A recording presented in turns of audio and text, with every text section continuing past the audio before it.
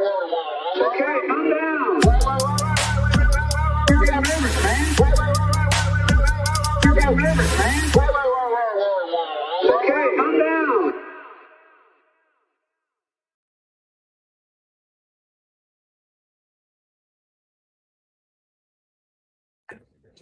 Katie, you're I know. you're Why are you muted laughing? again. Did you Because do that it's again? the second. It's I the know, but I second didn't week. do it. It's Brad. I didn't do it. I didn't do it either. I think All that right. it's a. Anyway. Anyway, you like the way I just said it was Brad. If it wasn't me, it had to be Brad. It could have been the same powers that be who are maybe tampering Moeed Pirzada's connection. Who knows? We'll see. That's what happens when you talk about Pakistan. I'm just saying that off the record in front of, all the people watching. But welcome to the Katie Halper Show. It is a pleasure to be here with you guys. And we have a jam-packed show for you guys. We have so many great conversations that we're going to be having. And we're going to be speaking to Prem Thakker, also going to be speaking to Moeed Pirzada, and we're going to be speaking to Russ Dobular from Due Dissidence. But before I bring those guys on, please do give this stream a thumbs up. That is a very easy way to support the show for free. That is a good way to beat back the algorithmic suppression that definitely happens. So you just give it a thumbs up, free way to support the show. Also, please subscribe if you haven't already subscribed. We're almost at 400,000 subs, which is very exciting. Another way you can support the show for free. Also, please do become Patreon supporters at patreon.com/The Katie Halper Show. Again, that is patreon.com/The Katie Halper Show. For $5 a month, you give yourselves the gift of lots of bonus content, early release, extended interviews. If you can't do the $5 a month, if you can just do $1 a month, that's $12 a year. You just get to help make the show happen because, not to sound corny, but we literally couldn't do the show without your support. So again, that's at patreon.com/The Katie Halper Show. Again, patreon.com/The Katie Halper Show. We will be doing an extra stream on Friday, and then we'll be doing a regular stream next Tuesday, as always, at 7 p.m. Okay, so we are going to bring on our first guest, but again, we're going to be talking with three great guests. So the last segment will be with Russ from Due Dissidence. We're going to kind of talk about anything and everything. It'll be a bit of a looser conversation. The second segment will be a very informative conversation with Moeed Pirzada about the latest in Pakistan and the sentencing of Imran Khan and his wife. But our first guest is someone who you guys all know and love. You've seen him very diplomatically take on the State Department back when there were actually press conferences. And this person of whom I'm speaking is Prem Thakker, who is a reporter at Zeteo News. He was previously a politics reporter at the Intercept and the New Republic. So welcome, Prem. Hello. Thank you. It's good to be here. Hello, everyone. I hope you're having a happy holiday season, whether you're with friends or family or with your friends, Katie and Prem. Hope we can have a good holiday together. Oh, that's good. Holidays with Katie and Prem. I like that. Yeah. This is our first segment. That's right. Well, you are very prolific. You do such important work. You cover things from Gaza to Bari Weiss to Epstein. And I'm just going to start off. I think it would be a good place to start with the latest with this Bari Weiss shenanigans. We can call it Bari Gate. I just made that up. You actually haven't. You've been doing quite a bit of research into this. And as people probably know, the so-called journalist Bari Weiss, who is the founder of the Free Press and now editor-in-chief of CBS, axed a story about that was, I guess, kind of embarrassing for Donald Trump. Can you, before we have a discussion, get into the analysis of this story, can you just set up what exactly happened? Yes. So as a reminder for those who maybe don't remember everything that's happened in the past 72 hours, which is totally fine and understandable. On Sunday, there was set to be a 60-minute segment on CECOT, the El Salvadorian mega prison, the gulag that Trump and Vance and Rubio and the like have been sending people to with no due process, with no semblance of constitutionality, something that the Supreme Court has spoken against, something that lower courts have spoken against, and so forth. And at the last minute, CBS brass sort of mysteriously announced that they would not be airing the segment. On Sunday, they made this announcement through Twitter and whatnot. And this caught a bunch of people by surprise. I remember I had reached out to a few sources in CBS asking, what's going on? And that was, for some of them, the first time they had heard of this too, that this was happening. There was one source I had sent the announcement to, and they said, I'm discussing with some colleagues right now, and all of us are confused. And so that just goes to show that this was very much an out of nowhere sort of unilateral decision that came from the very top of CBS's new leadership structure. At least that was sort of the sense amongst people in CBS off the bat. In the first few minutes and hours, people were kind of speculating. They're like, I bet, Bari Weiss had something to do with this. But it was still like, all right, there could be other explanations, whatnot. But of course, in the hours to come, it was revealed that indeed Bari Weiss was the one who had stepped in to stop this story from being published. And what was the initial sort of impression was actually led by one of the 60 Minutes team members who had come out to say that, we had done the reporting. This had gone through the legal review that was needed. It was screened 5 times, they said. This was, weeks in the making, and that this was mere hours before. This is Sharon Alfonsi, the CBS 60 Minutes correspondent, who had said that she had learned on Saturday that Weiss had spiked the story, and she had said that she asked, and the team had asked for a call with Bari Weiss to discuss the decision, but Alfonsi said they were not afforded the courtesy. And again, Alfonsi had claimed that the story had gone through screening 5 times. It went through legal processes, editorial processes. And one thing that she had warned, and this was, again, the first sort of revelation and insight we had received into what had happened, she was warning in that initial insight that to spike a story or to stop a story due to perhaps the government refusing to participate in the story, that can't be a sort of valid reason to do that. Right. That just gives the government essentially a kill switch, that if they choose not to respond or engage or appear on camera, that cannot be a reason to not run a story. And so that was like the first preview into, perhaps what was going on. In the hours to come, and in the following day, Bari Weiss had then sent out a memo to staff that kind of attempted to do some damage control. Now, I should note that there is some disagreement in the public reporting about whether the administration did or did not respond to 60 Minutes questions, but I'll segue this into Bari Weiss's damage control memo, and I'll explain why I mentioned this disagreement. In her memo, she had wrote to CBS staffers that one reason she wanted to put a pause on the segment was that the segment did not present the administration's argument for deporting people to CECOT. The memo also said that it did not thoroughly or sufficiently detail these people's criminal histories to the extent that they had one. Now, what's important is that she had made these complaints and others in this memo to staff as a means to do damage control. And then it turns out the segment that was spiked leaks because it was aired in some global markets, namely in Canada, I guess inadvertently. It wasn't stopped in time, which I guess underscores, again, how last minute these decisions were made. In this leaked segment that reportedly does seem to be the segment that was supposed to run, it does, in fact, present the administration's argument for deporting people to CECOT quite earlier on. It also does, in fact, detail the criminal histories to the extent that these people have any in the segment. So at least 2 of the complaints that Bari Weiss had to retroactively justify stopping the segment were in fact evidently inaccurate. And I go back to one other point just to put a fine point on this. I mentioned just a minute ago that there was some disagreement in reporting about whether the administration did or did not respond to questions.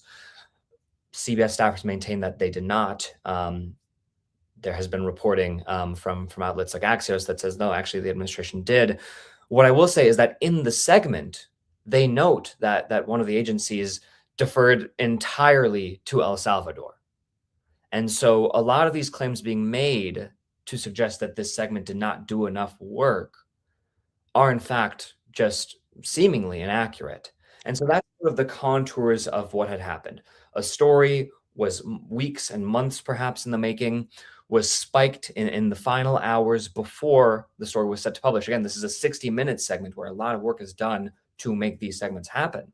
And retroactively, post facto, there has been some level of damage control to justify the decision that even those sort of post facto arguments that, CBS leadership had time to fine tune to justify are actually also falling apart under scrutiny.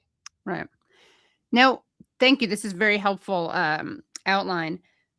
Can you explain a little bit how Bari Weiss got to be where she is?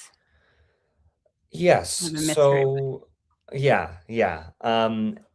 Bari Weiss has been in the media for quite a long time in her professional career. She, I guess, one sort of interesting way to look at this more broadly is she was a student at Columbia University, and while she was there, she was leading this organization or helping leading this organization called Columbians for Academic Freedom. While she was a part of this organization, supposedly in support of academic freedom, she was part of this crusade to get pro-Palestine Columbia professors fired. And I recommend, including Joseph Mossad, and I recommend people read. There's a lot of good writing on this era of Columbia generally that has, of course, continued up to today. But I believe Glenn Greenwald had a good piece at the Intercept back in 2018 about it, which I would recommend people to get, a taste of what this all entailed. But of course, that was years ago, and I'm not someone who would ever, pin what someone does in the past, or as a student as some sort of like, scarlet letter of who they are as a person. But it's interesting that she was doing that years ago at Columbia University. And then years later now, while she leads something called the Free Press, is apparently censoring this team that she has been made the leader of in a way that effectively kind of runs cover for a president who himself has sought to get pro-Palestine Columbia students deported. And so sort of the arc of her career is interesting in that way. But other landmarks of her career is that she was also an opinion editor for the New York Times, something that was also part of a notable episode in which she had left in 2020. She wrote this sort of letter announcing why she felt that the New York Times was fostering this toxic environment that discouraged independent thought. She had said that in such a place, self-censorship has become the norm. And again, it's quite notable that now, after years of upon leaving the New York Times, then creating this successful blog called The Free Press, and now being made leader of CBS News, is now engaging in a form of, whether it's internal self-censorship, I'm not sure, but in terms of a self-censorship of her own newsroom and her reporters that have worked so hard. The irony is unfortunate.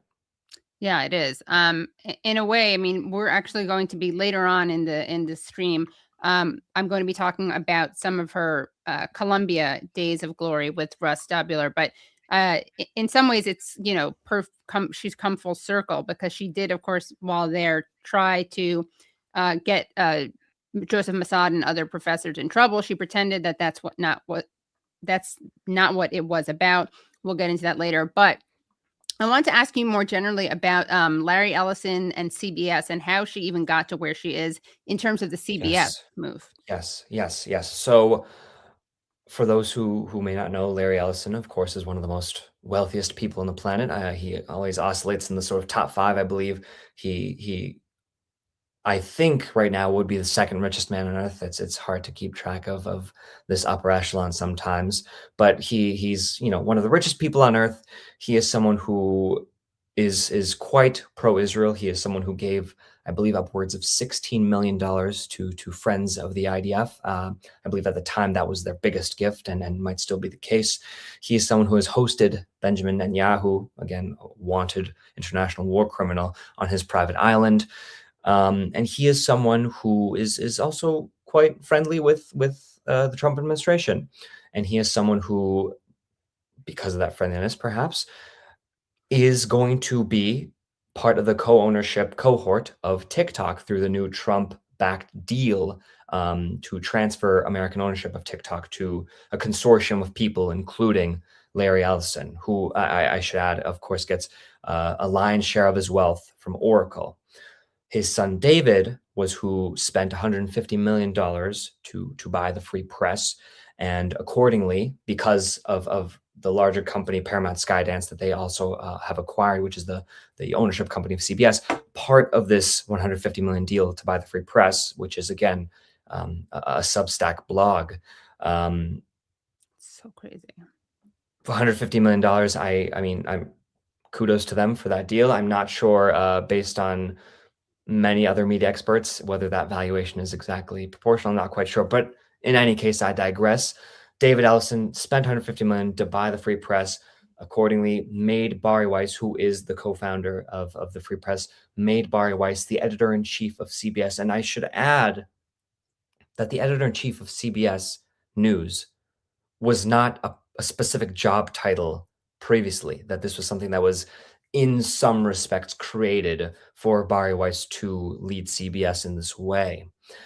And one other thing I should just add is since taking on this role, I think, of course, there was a lot of people in CBS who were a little skeptical, treating this very tepidly just because of the way it unfolded. And because of the subsequent colleagues who lost their jobs, including the race and culture unit. But it's also been trying for them because this editor-in-chief role is new in some respects. They don't really know what is or is not in Weiss's purview.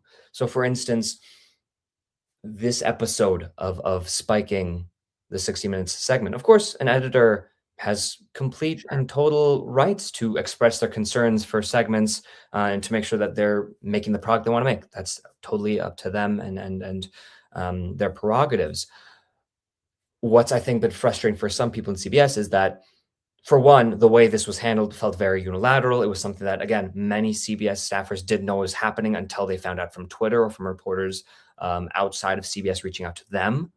For another, for Weiss to have had several chances up to the weekend before this was set to appear to, express some concerns, and only doing so at the last minute was also quite kind of confounding and befuddling for some people. And also there's this aspect of what's the line between Bari Weiss serving as an overseer of the newsroom versus being a manager versus being on-air talent. Some may have seen recently that Bari Weiss hosted a very heavily promoted town hall with Erika Kirk, something that they were billing as this huge event that was going to be very big for the CBS newsroom.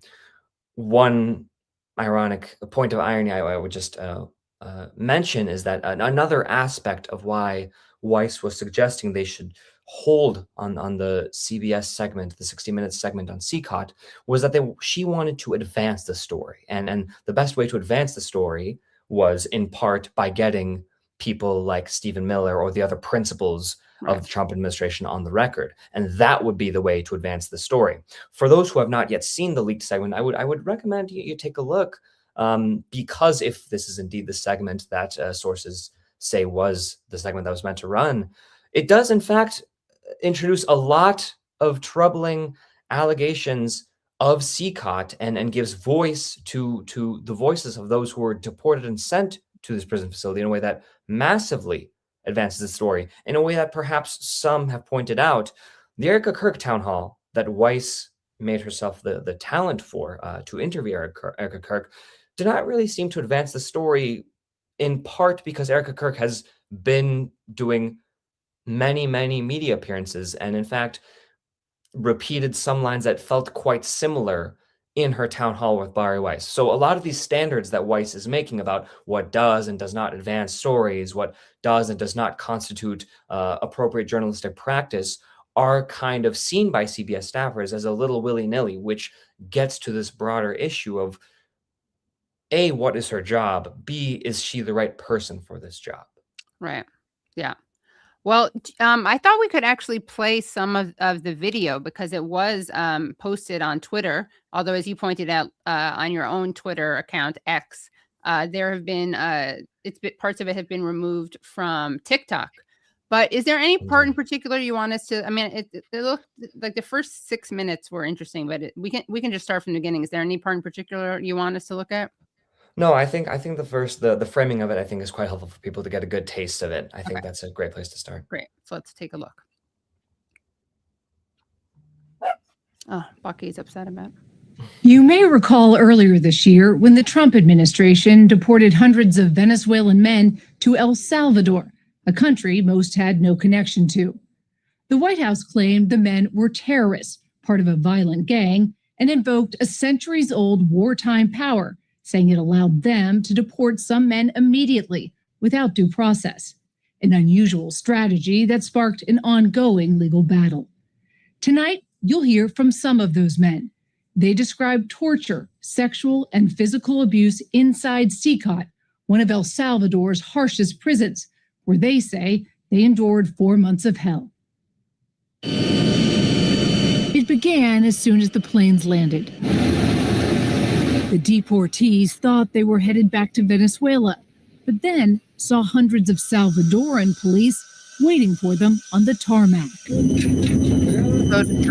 Shackled, they were paraded in front of cameras, pushed onto buses, and delivered to CECOT, El Salvador's notorious maximum security prison.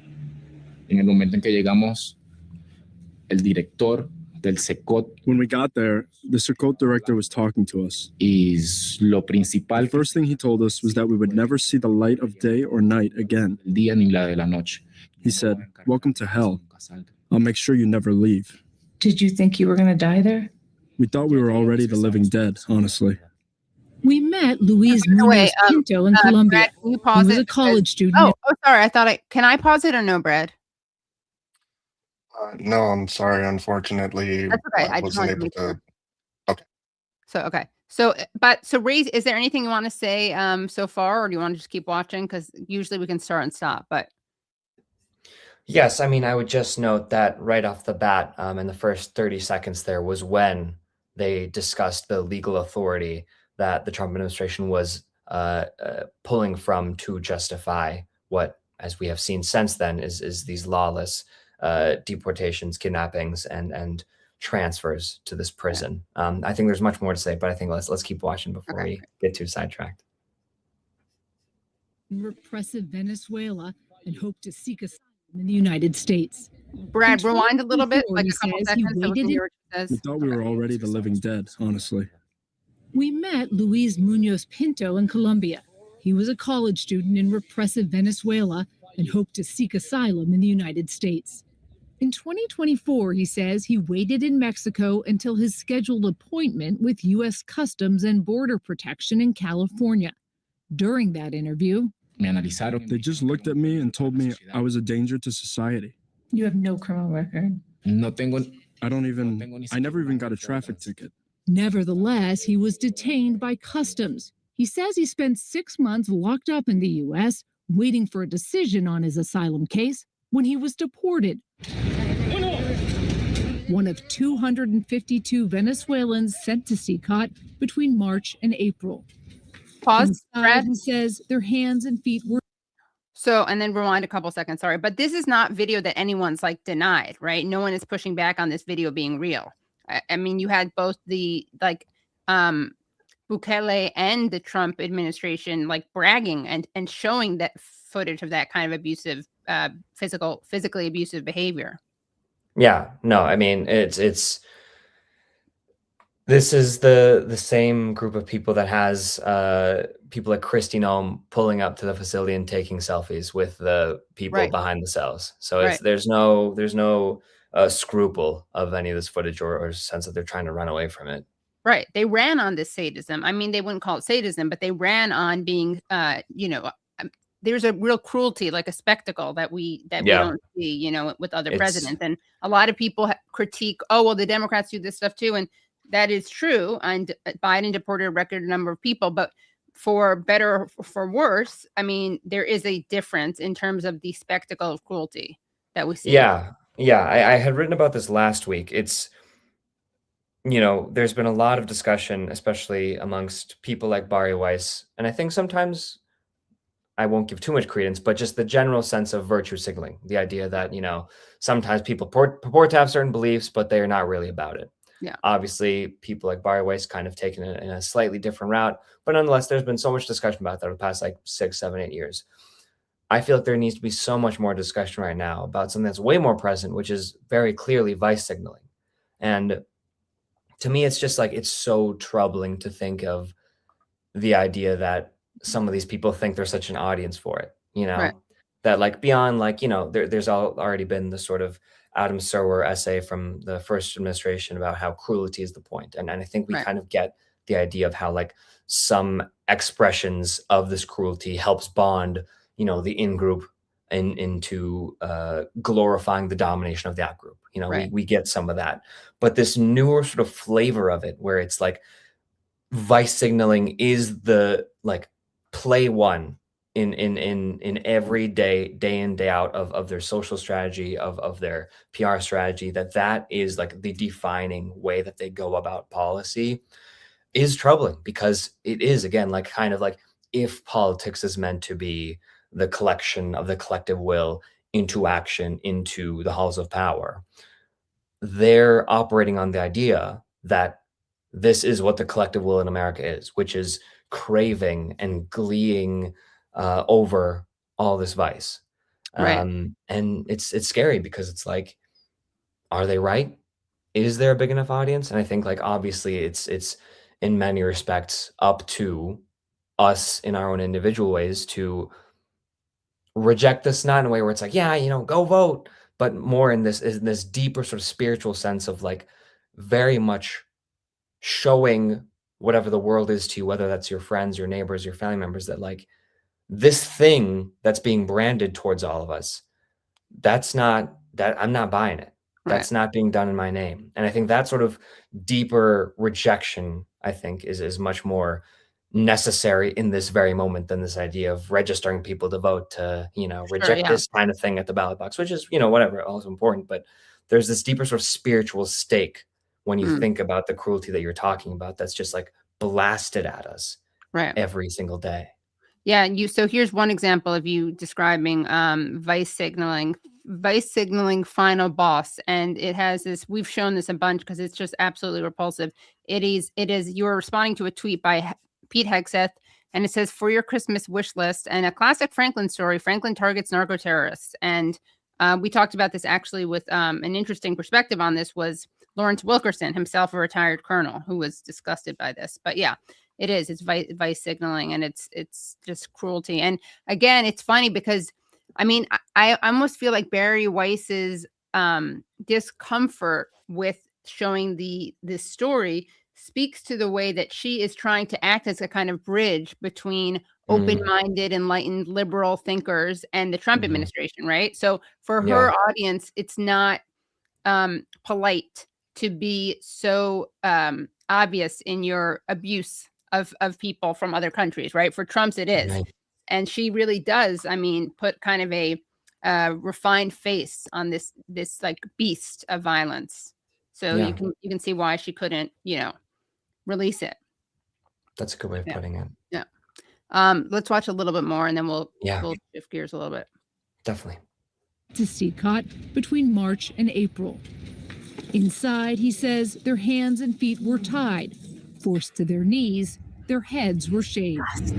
That is there was so blood disgusting. everywhere, screams, people crying, people who couldn't take it and were urinating and vomiting on themselves. When you get there, you already know you're in hell. You don't need anyone else to tell you. He says the guards began savagely beating them with their fists and batons. Tell me about what they did to you personally. 4 guards grabbed me, and they beat me until I bled, to the point of agony. They knocked our faces against the wall. That was when they broke one of my teeth. CECOT, the Terrorism Confinement Center, was built in 2022. All right, so I think that's part of Salvadoran President Nayib Bukele's sweeping enough, right? I mean, yeah, I think, right, yeah. That the head shaving is like, I mean, all of it is so disturbing, but that in particular is, I don't know, there's something really viscerally painful to see. Yeah. Yeah, There.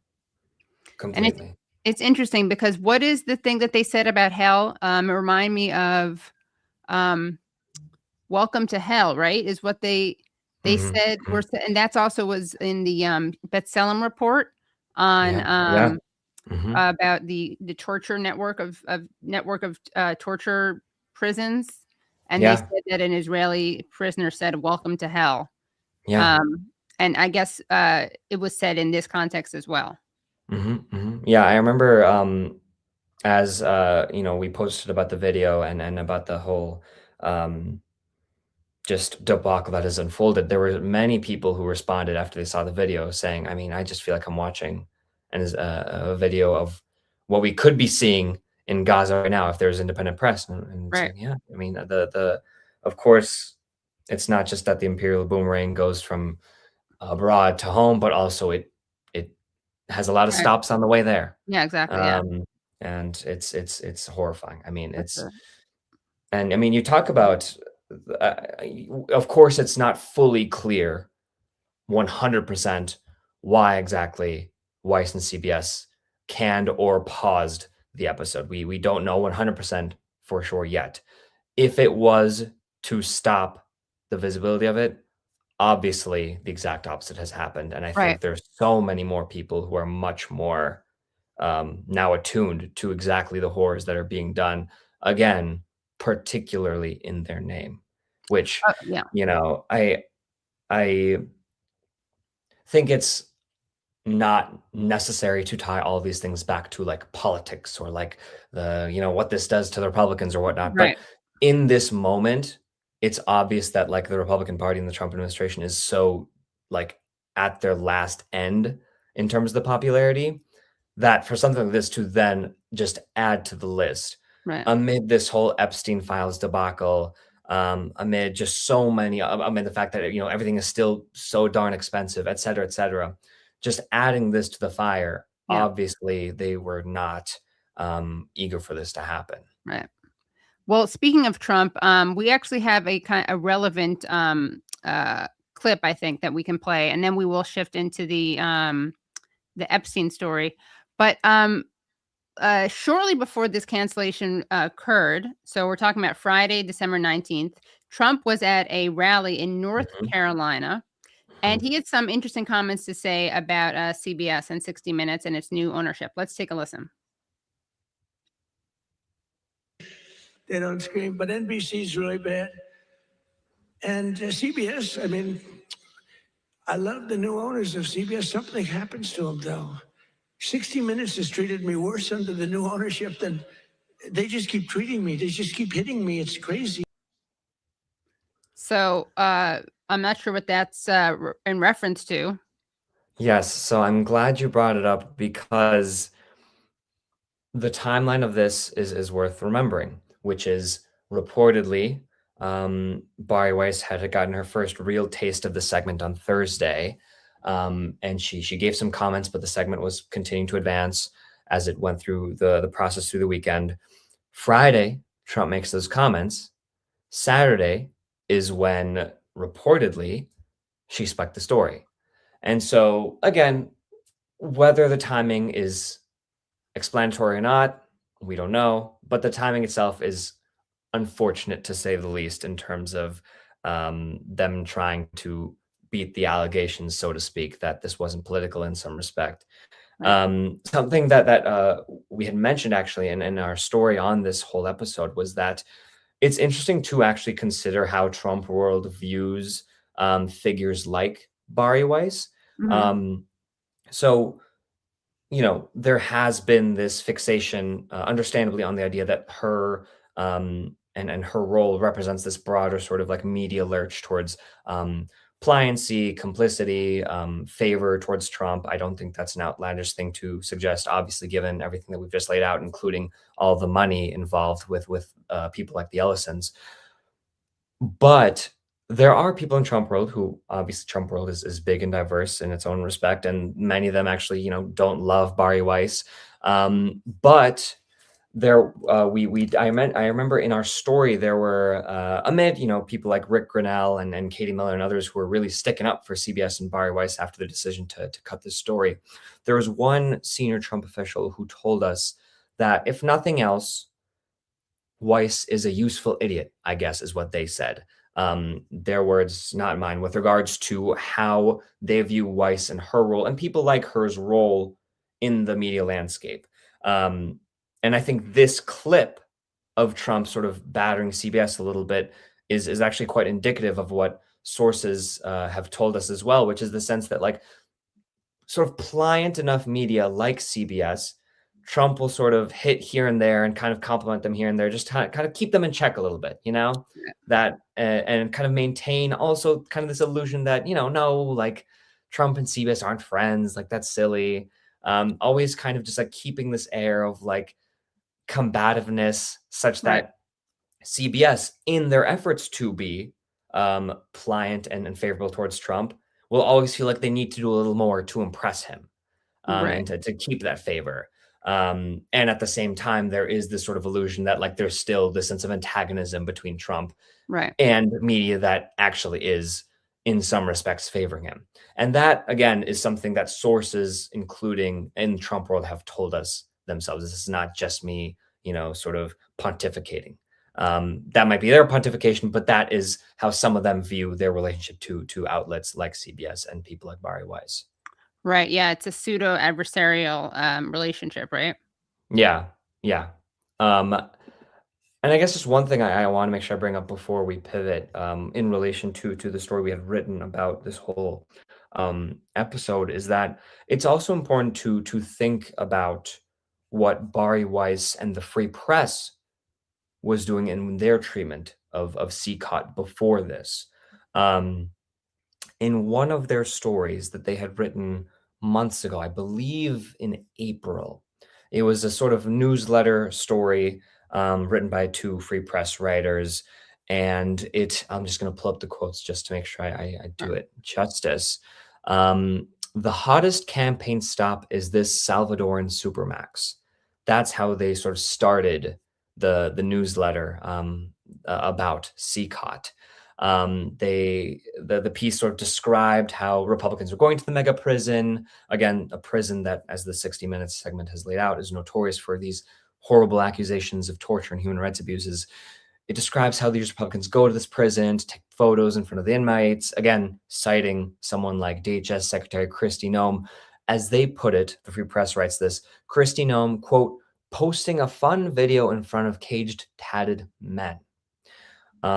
They positioned that kind of sort of gleeful description of what Republicans like Kristi Noem were doing at this prison alongside Democrats like Chris Van Hollen, who famously visited the prison in efforts to demand the release of Kilmar Abrego Garcia, who was one of many individuals the U.S. wrongfully sent there.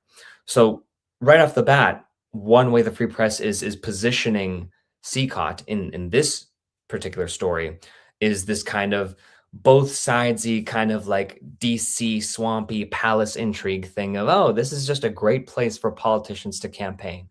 On one hand, you have Kristi Noem, the Secretary of Homeland Security, posting a fun video, as they put it. On the other hand, you have Democrats like Chris Van Hollen visiting to demand the release of these people who people like Kristi Noem wrongfully sent there. And so it's already this sort of gross kind of both sidesy thing of not saying both sides are to blame, just both sides are having fun campaigning here. They then say the El Salvador Supermax prison is becoming the new Ohio Diner. It's the new Iowa State Fair. It's the new Jeffrey Epstein jet.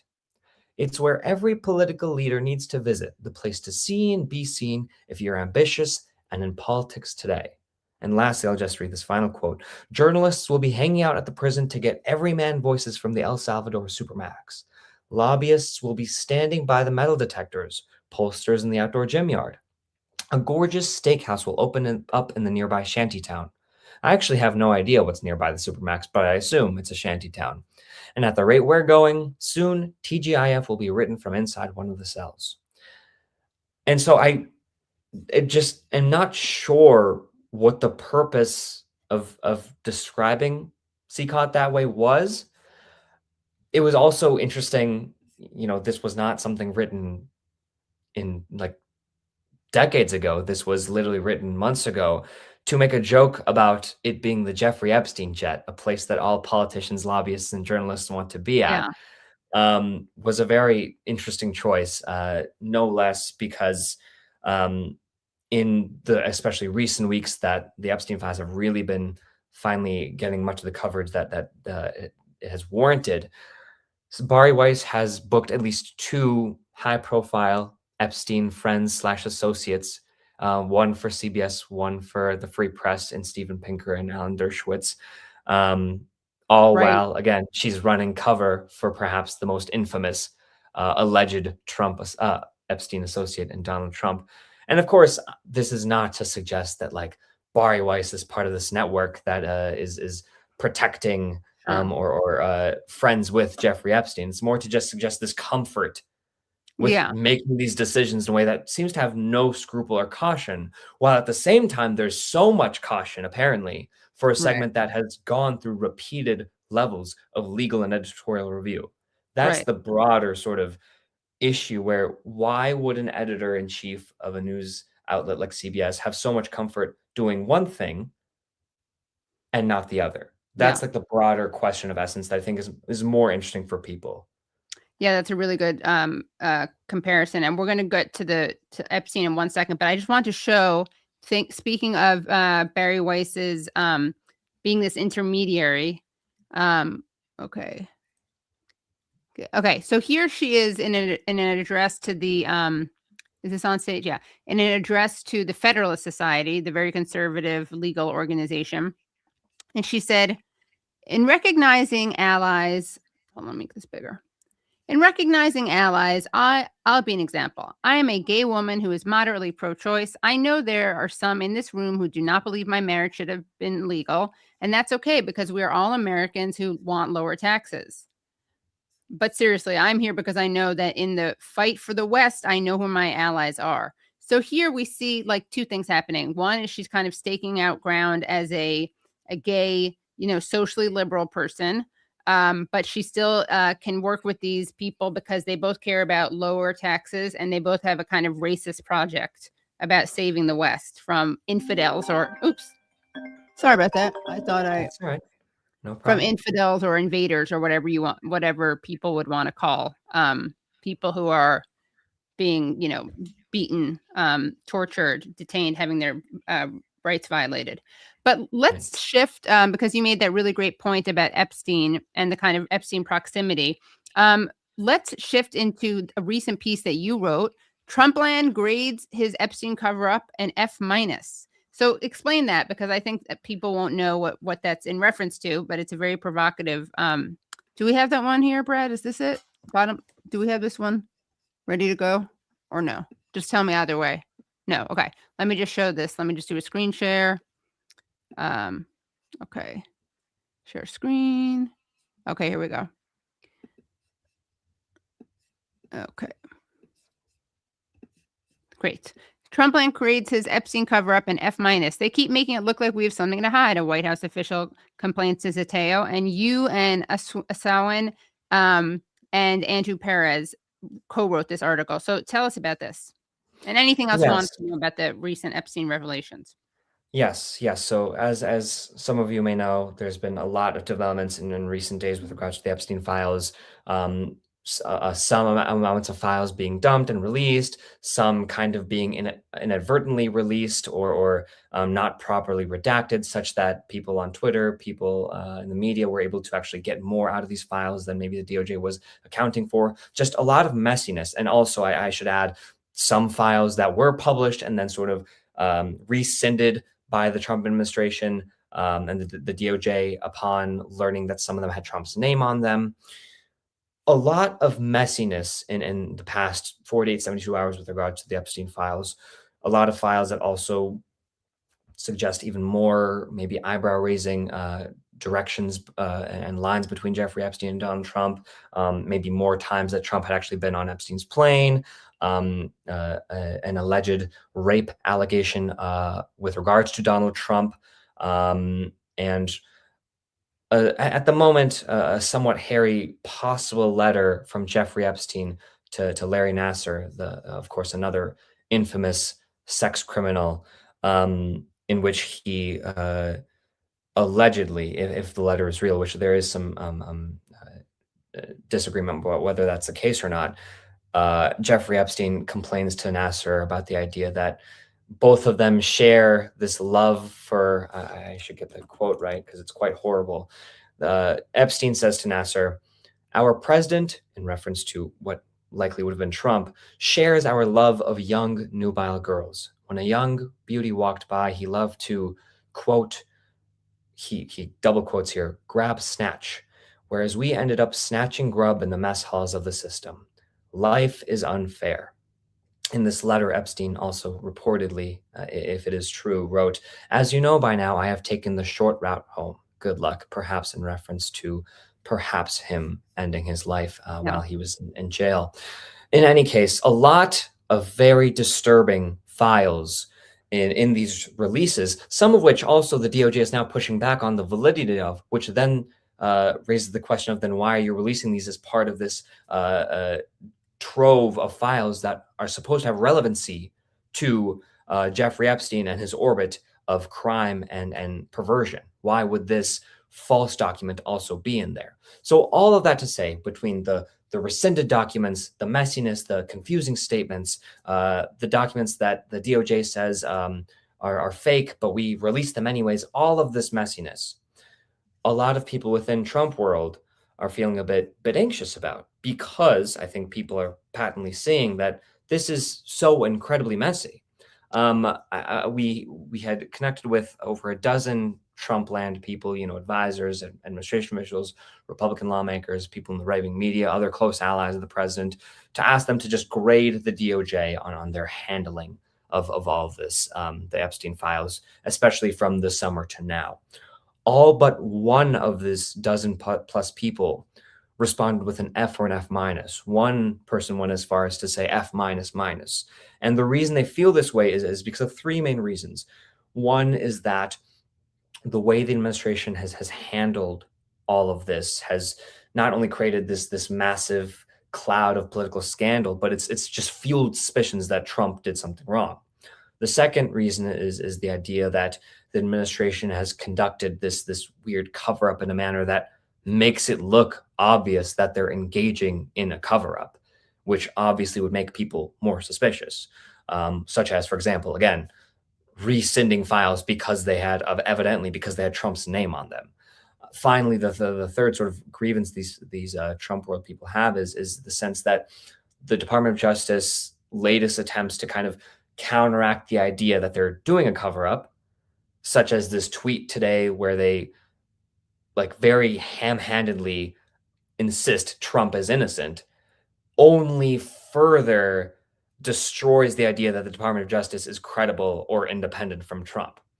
And so it's been remarkable, I know for many of you who have been watching, it's been so kind of weird because it's just been so, again, as I say, just ham-handed. Right. First release files, but all of them are redacted. Not all of them are even out.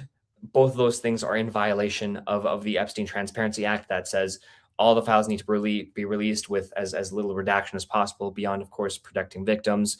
And so after that, they begin sort of unredacting certain things. They release more files in the following days, but then rescind files. All of that is so blatantly suspicious to people in such a way that, again, people within the Trump world are just so beyond puzzled by what's going on, because it seems so not tactful or not driven by any sense of self-interest or coherency or Right. strategy at all. Yeah. So apparently that there's evidence now that is fake, which is still relevant, right? Because what you're saying is, well, why Yes. would that be fake? Why would that be in there? Right. Which I think does beg a really important question. Because then it's like, so what are people supposed to believe and not believe from these files? Exactly. And then also they're kind of what tainting the whole thing, right? As not credible. Exactly. And then it's just a poison well. So then if there are credible things in there, well, it's like, we don't Exactly. know, because this thing that was meant to be the smoking gun was fake. So how can this other thing be real? And so the whole thing, if it was meant to be a Hail Mary just to make the whole thing less credible, and therefore people would not feel as sort of attached to the idea that maybe Trump is perhaps directly implicated in some way, Right. that still isn't working because it's just making everyone so suspicious. So they were in possibly between a rock and a hard place where either perhaps Trump, there is something very, very, very bad in there. Right. And then the other side of this is, well, we could just like make the whole thing, you know, not credible. It seems to be that they're going for the latter. Whether the former is true or not, we're not sure. But of course, again, there already is a lot of evidence of just some very disturbing aspects of their relationship, including the birthday note that I know some of you might have forgotten already, but there's the creepy birthday note that Trump apparently signed where he talks about some very suspicious things he and Jeffrey Epstein have in common, a note that was written on what seemed to be the frame of a younger woman. I digress. The point being, they were stuck perhaps between either going down with whatever might be in the files or making the whole thing suspicious. They seem to be going with the latter, but that's not going well for them either. Right. Wow. Well, Prem, you've been so generous with your time, and I know you're spending time or trying to spend time with your family. Anything else you want to make sure we know about? And I'll link to your wonderful writing because you're very prolific. Thank you. I appreciate that. I guess one final thing I would add is, obviously, there's been so much news that's been happening all the time for months and months and months, years and years and years, of course, and all the more so, the more online we are. It's days and days and days into this alleged ceasefire and peace deal that the U.S. and Israel have been leading. It must be underscored and underlined, and it cannot be overstated. This is not a ceasefire. Palestinians are still being killed, harassed, tortured, brutalized, undignified every single day. There have been dozens, if not potentially hundreds, of violations of this supposed ceasefire, to the point that it's unclear to me why anyone in the media is calling it a ceasefire. There's no testing of a ceasefire that's still happening. There is no ceasefire. Firing is happening. Nothing has ceased. Maybe it's a little less loud now, but the devastation is still happening. So I would just insist once again that we remember that there is a lot of horrors happening in Palestine, and let's just make sure that we're staying attuned to what's going on there as well. Yeah, actually, that's perfect because I want to read a comment from the great Anthony Aguilar, who is Tony Aguilar, the Green Beret who blew the whistle on the Gaza Humanitarian Foundation, or as Aaron Mate calls it, the Gaza Holocaust Foundation. He writes, "Keep the truth alive. Israel, Trump, Bari Weiss, Kushner, and the elites do not care about us. I believe this means $112 billion US dollar Riviera. Project Sunrise is real. It's been planned since 2021. Never forget Amir, killed on May 28, 2025 at the Rafah GHF site." And again, Anthony witnessed this, spoke out against this, paid quite a cost, although I know he's the first to say that the cost he paid is nothing compared to the people of Gaza. And Prem, you were so fearless and consistent in your questioning about the murder of Hind Rajab. Do you have any updates with that in terms of accountability? And she's the 6-year-old who was killed as she was begging for help from the Red Crescent. And after killing her family, the IDF then shot up the car that she was in. Yes. So we had, as you mentioned, asked the Biden administration over and over and over again about any updates into the investigation of the killing of Hind Rajab and the medics that were sent to save her, as well as her family members. The Biden administration never gave us an update. There was a pile of humanitarian violations that they had that they were going through in the State Department, apparently. It's unclear if that stack of documents ever made it to the Trump administration or if they doged it like they got rid of pretty much everything else in government. And of course, the current Trump-Vance-Rubio State Department is not holding any press briefings for us to even question them at all. The so-called free speech, independent thinking, anti-war administration won't even answer our questions on any of the wars that they're complicit in, or in fact, I should say the genocides they're complicit in. And so that's something else that I would hope people keep in mind, that it's been more than 3, if not maybe 4 months since we've been allowed to ask the State Department in a public setting any question about any of their foreign policy decision making. I guess one final thing I'll just end on, so it's not as bleak, is that it's the holiday season. It's a time that is both beautiful and sometimes very difficult for many of us. I just want to share my love and grace and good spirits with all of you. I know it is very hard sometimes to always be so attuned to the horrors in our world, and also for many of us to be subject to different versions of them as well. But there's a lot of camaraderie and community that we can have and do have, and that's really beautiful. And I think as much as the horrors make it easier for you to exit, to depart, to reject, that's the first thing they want out of us, that the first thing they want out of you. And if there's one thing I've seen from our coverage, the community that you know we're a part of, Katie, that everyone watching is a part of, is that there's so much good here too. And it's incumbent upon us, if nothing else, to honor all that good that's in a lot of people around us. Because what is life for if not honoring that good and that light, and spreading that light and lighting other people's torches too? So I'm wishing all of you guys a happy holiday, happy Christmas, happy Hanukkah, happy Kwanzaa, whatever holiday you happen to be celebrating. And, and just try to recharge, take care of yourselves, and take care of the people around you. Just sharing my best with you guys. Thank you so much. That is actually incredibly, you don't even know how much that resonates with me and a lot of my friends right now. And it is true that we have to be there for each other. We have to counter this evil with the light, as you said. And, we have to honor those who have left us by fighting the good fight that they wanted us to fight, that they were fighting, and that they, in many ways, compelled us to keep going with. Thank you, Prem. That was really, really moving. And thank you so much. Thank you all. Take care, everyone. Bye. You too. Okay, that was beautiful. What a good person is. Not everyone, there are a lot of people who are good writers, good journalists. They're nice enough, but Prem is a very special person. And I know it's corny maybe to say that, but I don't care, because we are living in hard times, and we do have to be very nice to each other, be supportive. Call your friends, text your friends, ask them if everything's okay. If you need support, reach out. So urging it in both directions. If you can support someone, support someone. If you feel like you need support, ask for that support. And if you're feeling down and lonely, go to an animal shelter and volunteer, or wherever you can volunteer with animals, because that really helps with depression, apparently. Or volunteer at a tutor kids. There's so much that you can do that is not only good for the world, but actually makes you happy. And there are all these studies on this. And homeless people who have dogs actually live longer. But we'll do another show on this at another point. Although, a cool thing, Glenn Greenwald, former colleague of Prem's, because they were both, of course, at the Intercept, he does have a dog shelter that employs homeless people, that employs the unhoused. So things like that are very encouraging. And I just know that people do struggle during the holidays. Those are really hard times. So reach out and don't despair, and go volunteer somewhere. Okay.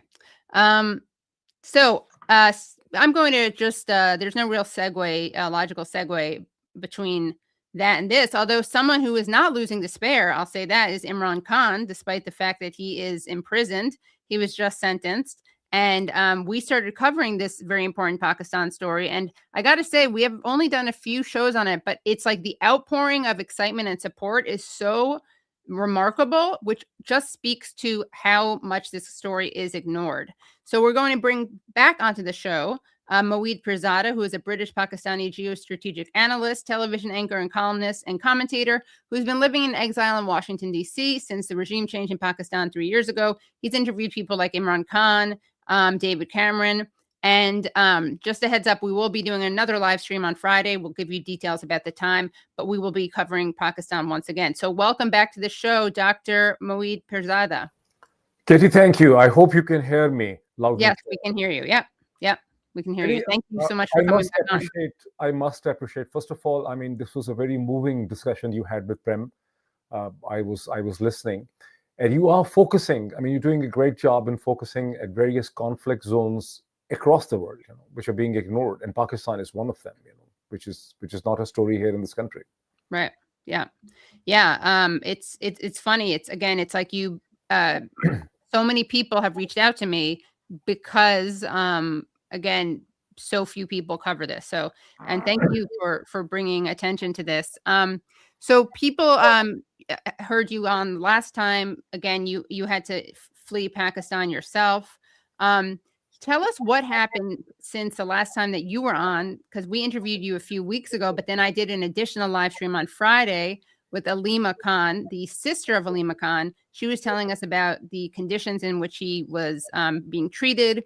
And since then, on Saturday, Imran Khan, along with his wife Bushra Bibi, was sentenced to 17 years. And the official line is that they stole gifts and refused to return state gifts. Talk about what they were sentenced with, and what the atmosphere now in Pakistan is. I know you're not there, but Katie, there's so many questions put together. First of all, I watched the discussion you had with Alima Khan, Imran Khan's sister, after a government spokesman appeared in Yalda Hakim's discussion in Sky, and that was a very good discussion. But let me update you that on Tuesday, the day that ended, because Pakistan is 10 hours ahead of United States in time, the day that ended, Alima and her sisters, Uzma and Noreen, have again tried meeting Imran Khan as per the court instructions on Tuesday, because as per the High Court orders, the family can meet Imran Khan on Tuesdays and Thursdays. Right. And once again, like the past several weeks, Alima and the sisters have been denied. They left in very late in the night. They were not allowed to meet Imran Khan.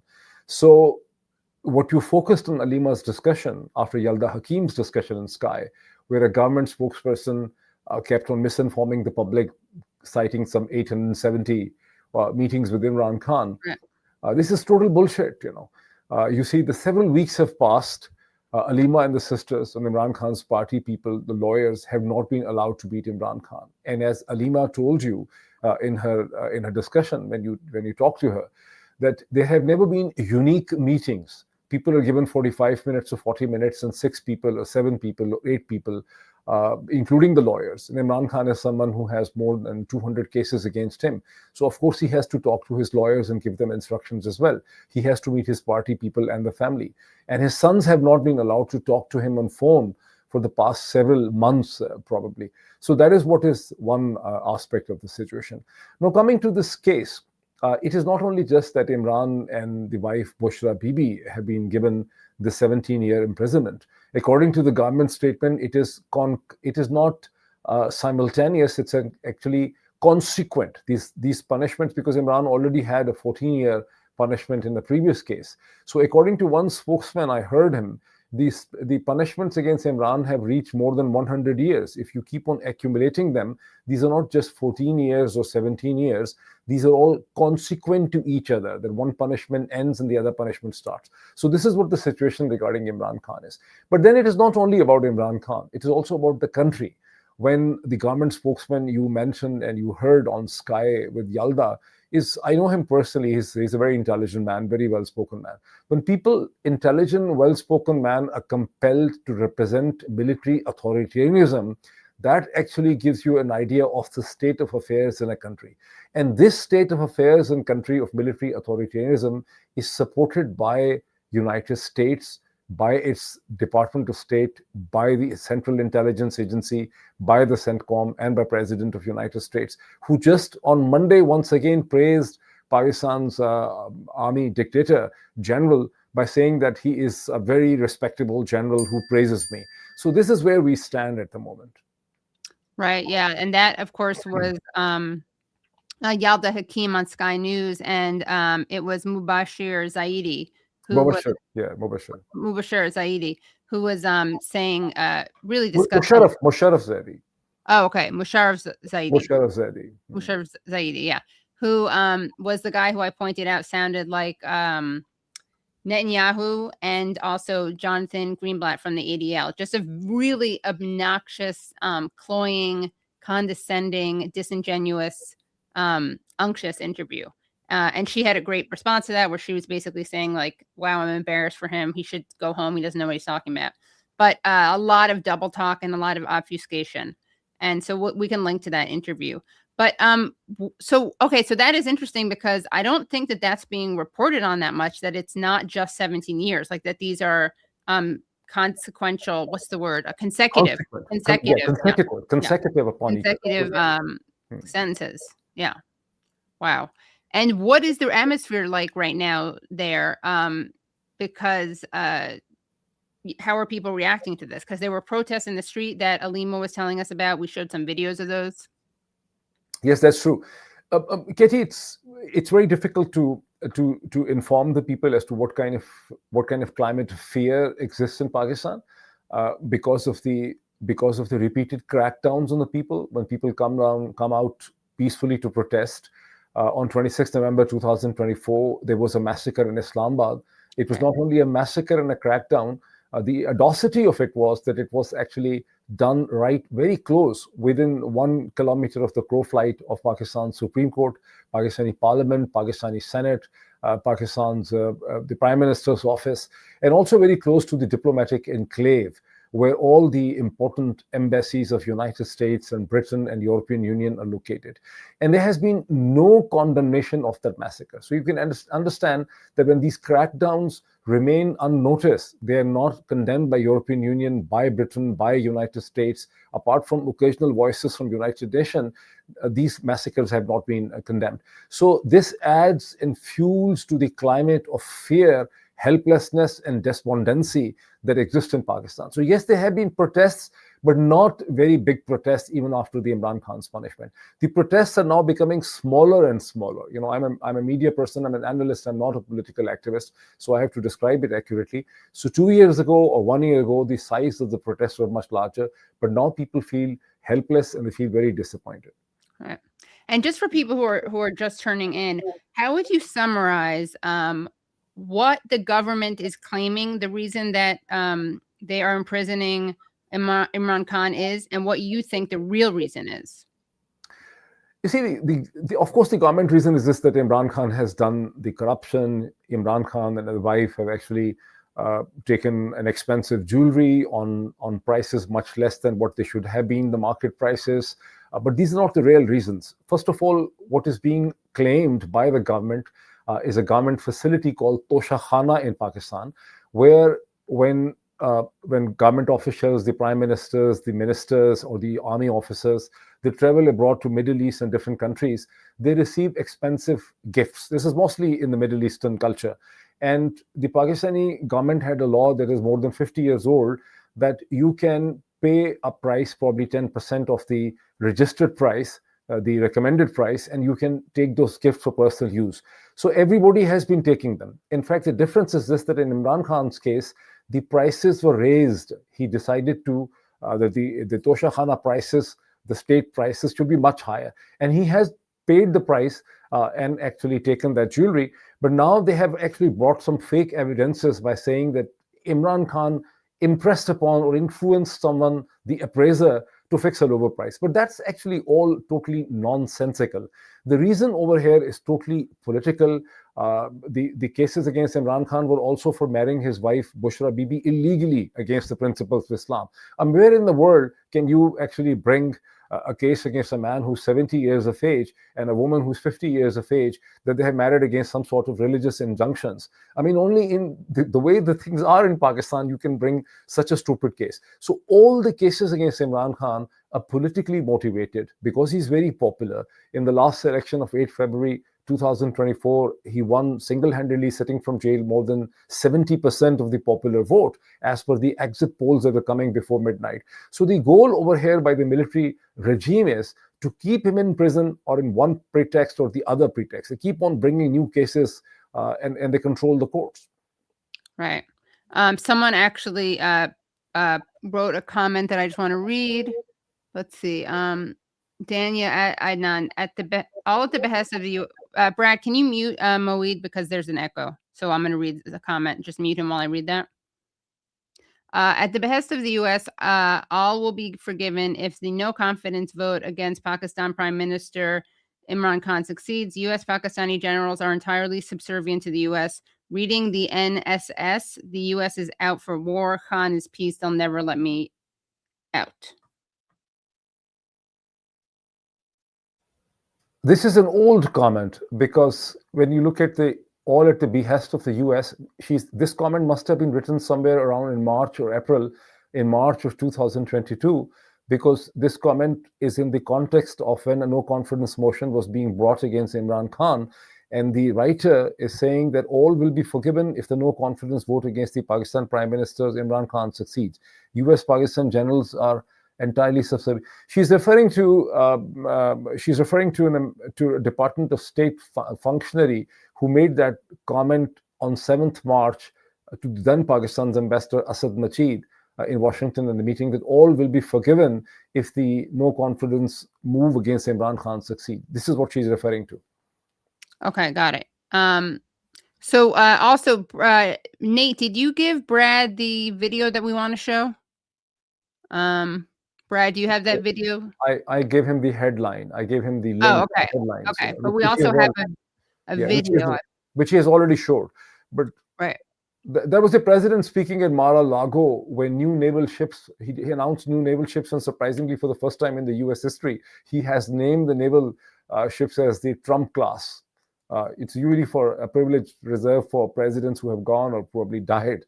But it is then that the President Trump was speaking, and we referred to the Pakistani general as a very respectable general. And every time when Trump speaks like this, it enhances the political power of the Pakistani military within Pakistan to coerce the people. This is what the tragedy is. Okay, got it. But we do, I believe, have a little video. Can you play that one, Brad? And the talks are going along. And I say that, there's tremendous hatred between these. Think of it, we stopped a potential nuclear war between Pakistan and India. And the head of Pakistan, highly respected general, he's a field marshal. And also the Prime Minister of Pakistan said, President Trump saved 10 million lives, maybe more, by getting that war. 8 planes were shot down. That war was starting to rage. And he actually said the other day that President Trump saved 10 million lives, maybe more. So what are your thoughts on that? It's actually funny, first of all, look at this, how President Trump has referred to the Pakistan's military chief and the army chief. He refers to him as head of the Pakistan. I mean, President Trump is so disconnected with the actual ground reality that he's referring to a serving army general as head of Pakistan. And he first mentions the general and then he mentions the prime minister, because he also understands that the prime minister of Pakistan, Shehbaz Sharif, is totally irrelevant. So this is what Trump understands. This is why he refers to the general first of all. And the prime minister has actually been created by the general, because the elections on 8 February 2024 were totally rigged. So, but every time when president makes this kind of reference, he further empowers General Asim Munir's hold on Pakistani politics. Also, he keeps on increasing the number of the planes. The actual planes that were shot on 7th May 2025 were only 5. The India lost 5 planes because Pakistani military, Pakistani Air Force had the support of the Chinese military-grade satellites that were feeding them the information, and the Indians were not aware that the Pakistanis could look at a very far-off, horizon. But the planes were only 5 and there was 1 drone. So then President started saying there were 6 planes down, then 7 planes down, and now he has increased the number to 8 planes. This is very surprising that someone in a position of responsibility as a president of the United States, POTUS is actually playing with the numbers in such a fashion. But why he's actually saying it? The question that was asked to him was that what happened of the peace he had promised between Ukraine and Russia. Mm. And he says they hate each other. I mean, he accepts, right. He admits that it has not been a success. Then in order to bolster his standing as a peacemaker, he brings right. that he has finished, ended resolving 8 wars, and then he hops on to Pakistan. This is what the context is. But it's really helping the Pakistani military. Right. And this is him, right? Munir? Exactly. This is General Asim Munir. Yes. And just to clarify, so you have this field marshal and then you have a prime minister, right? So Zeteo is a spokesperson for the prime minister. How do they share power? You see, the all power, for all practical purposes, the all power in Pakistan is controlled by General Asim Munir, who has managed to declare himself the field marshal after this 3 to 4 days war with India, despite the fact that the war was only fought between the air forces of India and Pakistan's ground forces and military had no role in the war. But since General was politically powerful and he controlled the civilian government which exists at his behest, he managed to declare himself the field marshal. No one has declared him the field marshal. There has not been a legitimate government to give him the award of the field marshal, as happens anywhere in the world. He has himself declared himself field marshal. But not only this, he has been able to bring 2 constitutional amendments with a government which he has created through a rigged election. He has now totally changed the structure form of the Pakistani constitution, first by the 26th Amendment in 2024, and now recently in November, he's been able to bring a 27th constitutional amendment. And as a result of the 27th constitutional amendment, he has now made himself chief of the defense staff forces. That means he now controls the Air Force, he now controls the Navy, he now controls the nuclear command of Pakistan, the cyber forces and everything. And all that is happening and being ignored by United States. This is funny, the way things are going in Pakistan. Yeah, that is interesting and disturbing. And thank you for coming on. Anything else that you want to make sure that you mention? And we'll definitely bring you back on. And we're having someone on, Hassan Ali, who writes for The Nation, who was actually beaten up by I guess the police or the army when he was covering a pro-Khan protest. Katie, I just want to add this thing. First of all, that you're doing a very good job because in United States, there is very little understanding, if any, what is happening in Pakistan. So you're focusing on a very important issue. And as I had mentioned in my last discussion with you a few weeks ago, that Pakistan is the 5th largest nation state in the world with more than 250 million population. You can imagine the size of Pakistan by imagining that United States is a total population slightly in excess of 350 million. And Pakistan is 250 million plus. So it's a very large nation state that has many sub-states and sub-nations inside it. Secondly, it's the 2nd largest Muslim nation on the planet, which has huge human resources in the form of a large army, a large bureaucracy, a large civil society, and academia. I mean, just look at the size that Pakistan has more than 20,000 trained physicians of Pakistani origins that are serving the American communities all across the United States. And similarly, they are in Canada. They are perhaps the largest group of physicians, of the foreign trained physicians in United Kingdom. And the same is the situation worldwide, the Pakistani diaspora. But this country is being run by a brutal military authoritarianism supported by United States. That is what the tragedy is. And that awareness has to be raised by people like yourself and the others. Well, thank you so much for stopping by, and we will have you back on soon, and we will keep covering this. And again, I'll update people at the exact time, but we will have Hassan Ali from The Nation, who actually will be joining us from Pakistan, where he is from and where he's based. So really looking forward to that. Thank you, Katie. Thank you. Thank you. Have a great night. Thank you. Okay, well, by the way, where are we on likes? Do I have to yell at everyone to make sure that they like this stream? Let's see. On vertical, what do we got? And thank you. Thank you so much to all the people watching. Thank you so much to Moeed for that fascinating and very important update. We have good numbers of likes on the vertical. Let's see how we're doing. Oh, that could be good. We could do like a competition, see who's doing better, the verticals or the horizontals. Okay, pretty good. Both of you guys are doing a pretty good job. But if you haven't already liked, please do like the stream. Again, it's a great way to support the show for free. Please do become Patreon supporters at patreon.com/The Katie Halper Show. Again, that's patreon.com/The Katie Halper Show. We will probably have to make part of the Prem Thakker conversation Patreon only, because we will get probably the CBS video will get us removed. So to do that, go to patreon.com/The Katie Halper Show. Again, that's patreon.com/The Katie Halper Show. Now, Brad, is our next guest ready? Oh, I just see that maybe not. Huh, interesting. 1 second. If not, what can we do to show something? You want to call him, Brad, or? I even told him the time would be more or less this. ETA 8:20. And I was told, okay, here he is. All right, great. So our last guest, but certainly not least, because tonight's show had such a great roster of guests, we are bringing back onto the show Russ Dobular from Due Dissidence. Hello. Hello. How are you? Good. You? Very good. What's going on?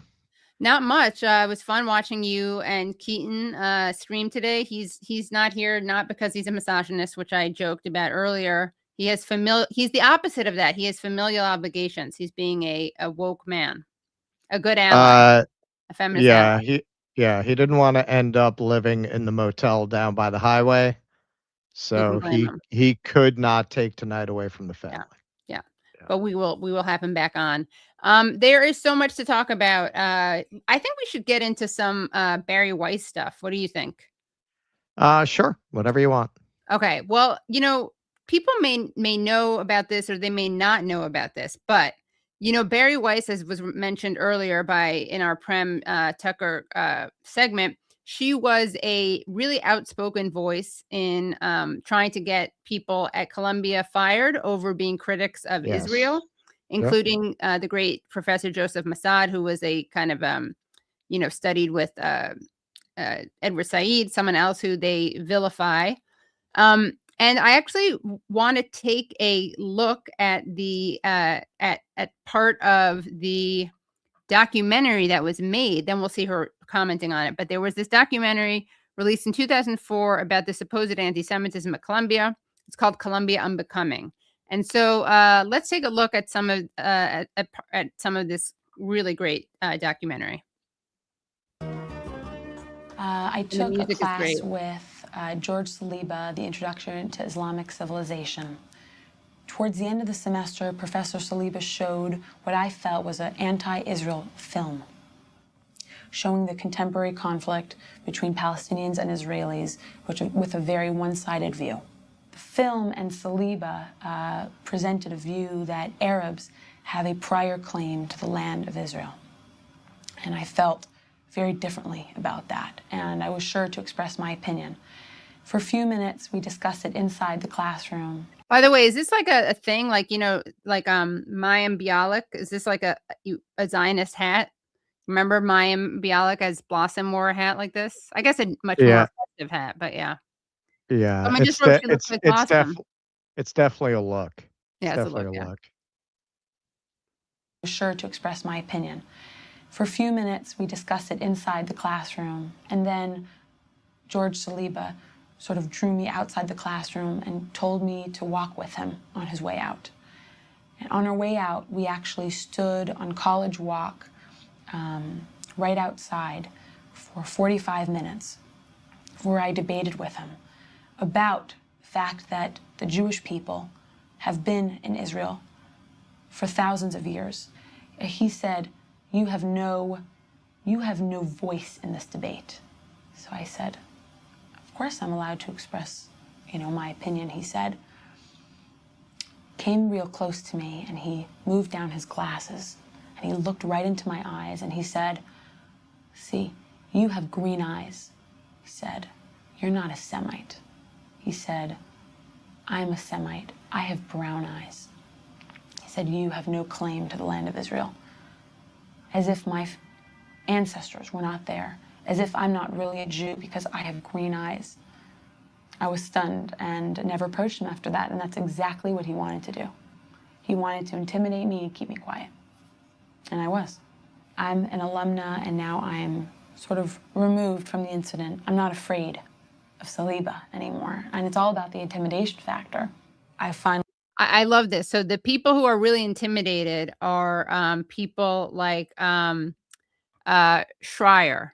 this woman Schreier, it's not Lindsay Schreier, not the people who get doxxed, who get fired.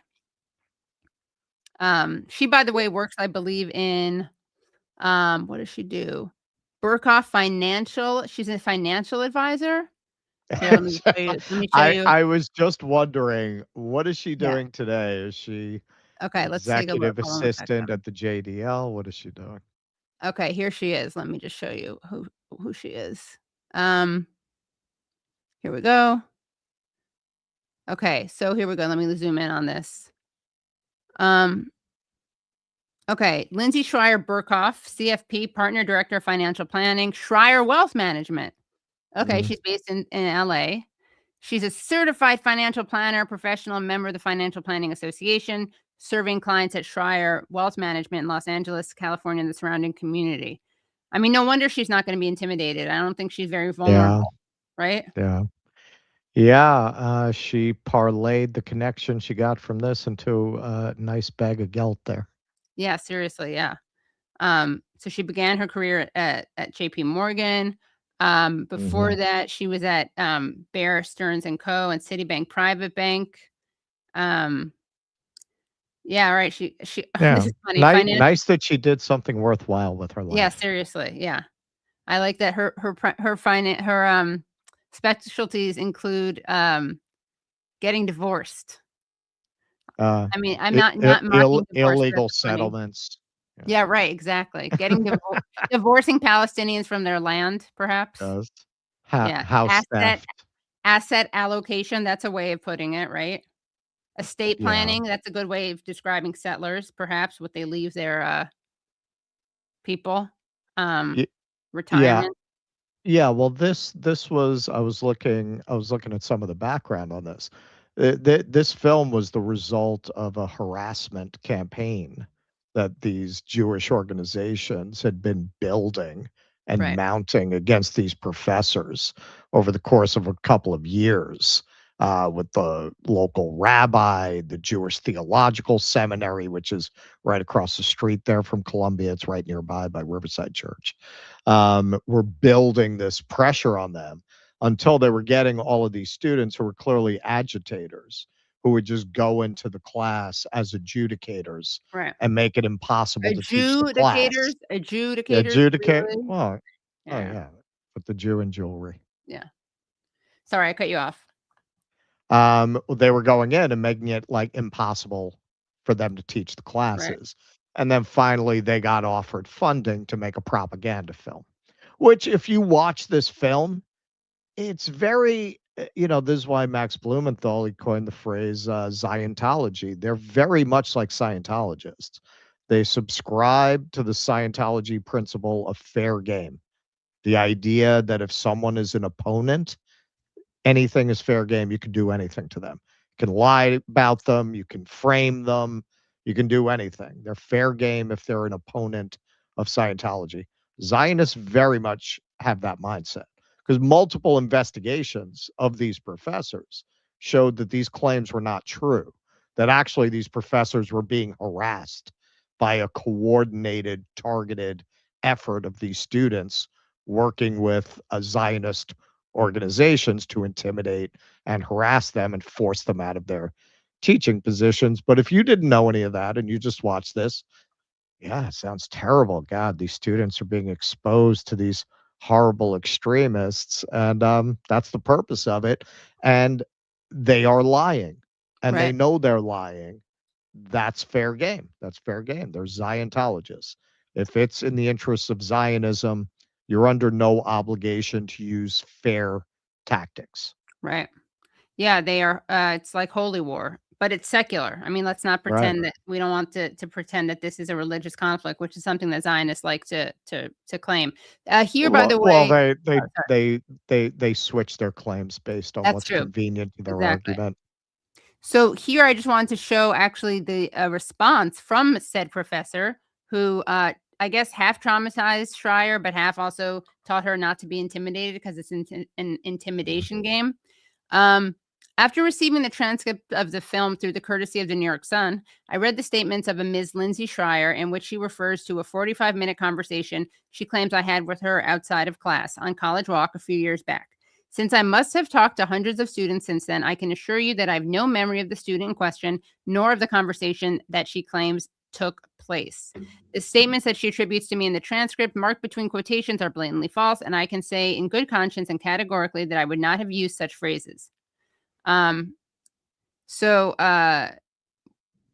Then he says, at the same time, I do not accuse the student of fabricating this conversation either, since I've checked my records and realized that I thought very highly of the student when she took my course in the fall of 2001, and both my TA and I have graded her accordingly without any prejudice whatsoever. I think Ms. Schreier knows that, and she can publish the grade if she thinks it's prejudicial.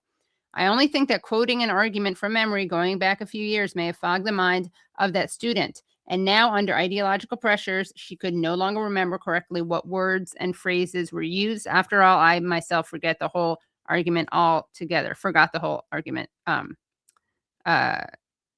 Altogether. What seems to have happened is probably a misquotation of an argument I sometimes make and may have made then. The gist of it would be to say that being born in a specific religion or converting to one is not the same as inheriting the color of one's eyes from one's parents, and thus does not produce evidence of land ownership of a specific real estate. I may have added that if I converted to Catholicism tomorrow, I would not expect the Pope to grant me a piece of the Vatican real estate. And then actually he gets into the we might as well go full. Let's continue because it's interesting, right? On the issue of the biblical claim to land ownership in Palestine, it is possible that I said my own great ancestors, the Canaanites, were the original inhabitants of the land before it was promised away to the patriarch Abraham, and they had more legal claim to that same land than any descendant from Abraham. After all, Abraham was a, quote, stranger and a sojourner in my neighborhood, as the Bible says, and was decent enough to buy the grave lot for his wife instead of taking it by force. That decency may have earned him the good points with Melchizedek, another ancestor of mine, I presume. I may have also said that we should not forget the claims of Ishmael, the firstborn of Abraham, who was not treated fairly by our modern day standards, nor was his poor mother Hagar. So that's, I think, a fascinating response. And yeah, we also have video of Bari Weiss talking about said intimidation and the scourge of anti-Semitism. Let's take a look at that. Or experience anything like it, and I saw stories of students just like me. One of them, and for those of you who followed this story back in 2003 and 2004, you'll remember some of these, but for those of you who haven't, please bear with me. So one of them was an Israeli student who I knew named Tommy Schoenfeld, and he's a former Israeli soldier, extremely left-wing. He went to a lecture put on by a now infamous professor named Joseph Massad. And at the end of the lecture, Tommy raised his hand to ask the professor a question. And Professor Joseph Massad responded and said, "Are you Israeli? I hear an accent." And Tommy said, "Yes, I'm Israeli." And Professor Massad replied, "You're Israeli, that means you served in the IDF, the Israeli Defense Forces." And Tommy said, "Yes." And Professor Massad then replied, "Why don't you tell everyone here how many Palestinians you killed?" At which point the room absolutely erupted into chaos. That was one incident. This shouldn't be surprising from a professor who, by the way, is now tenured and claims that the ultimate achievement of Israel is the transformation of the Jew into the anti-Semite and the Palestinian into the Jew. Yeah, that tracks, right? Yeah. I mean, that's not a disqualifying argument, or like, you shouldn't be surprised by someone who makes a very clever, a very insightful, astute argument. Another incident from the film, another totally apolitical student named Dina Shankar, who was in a class also with Massad, who brought up the Jenin massacre.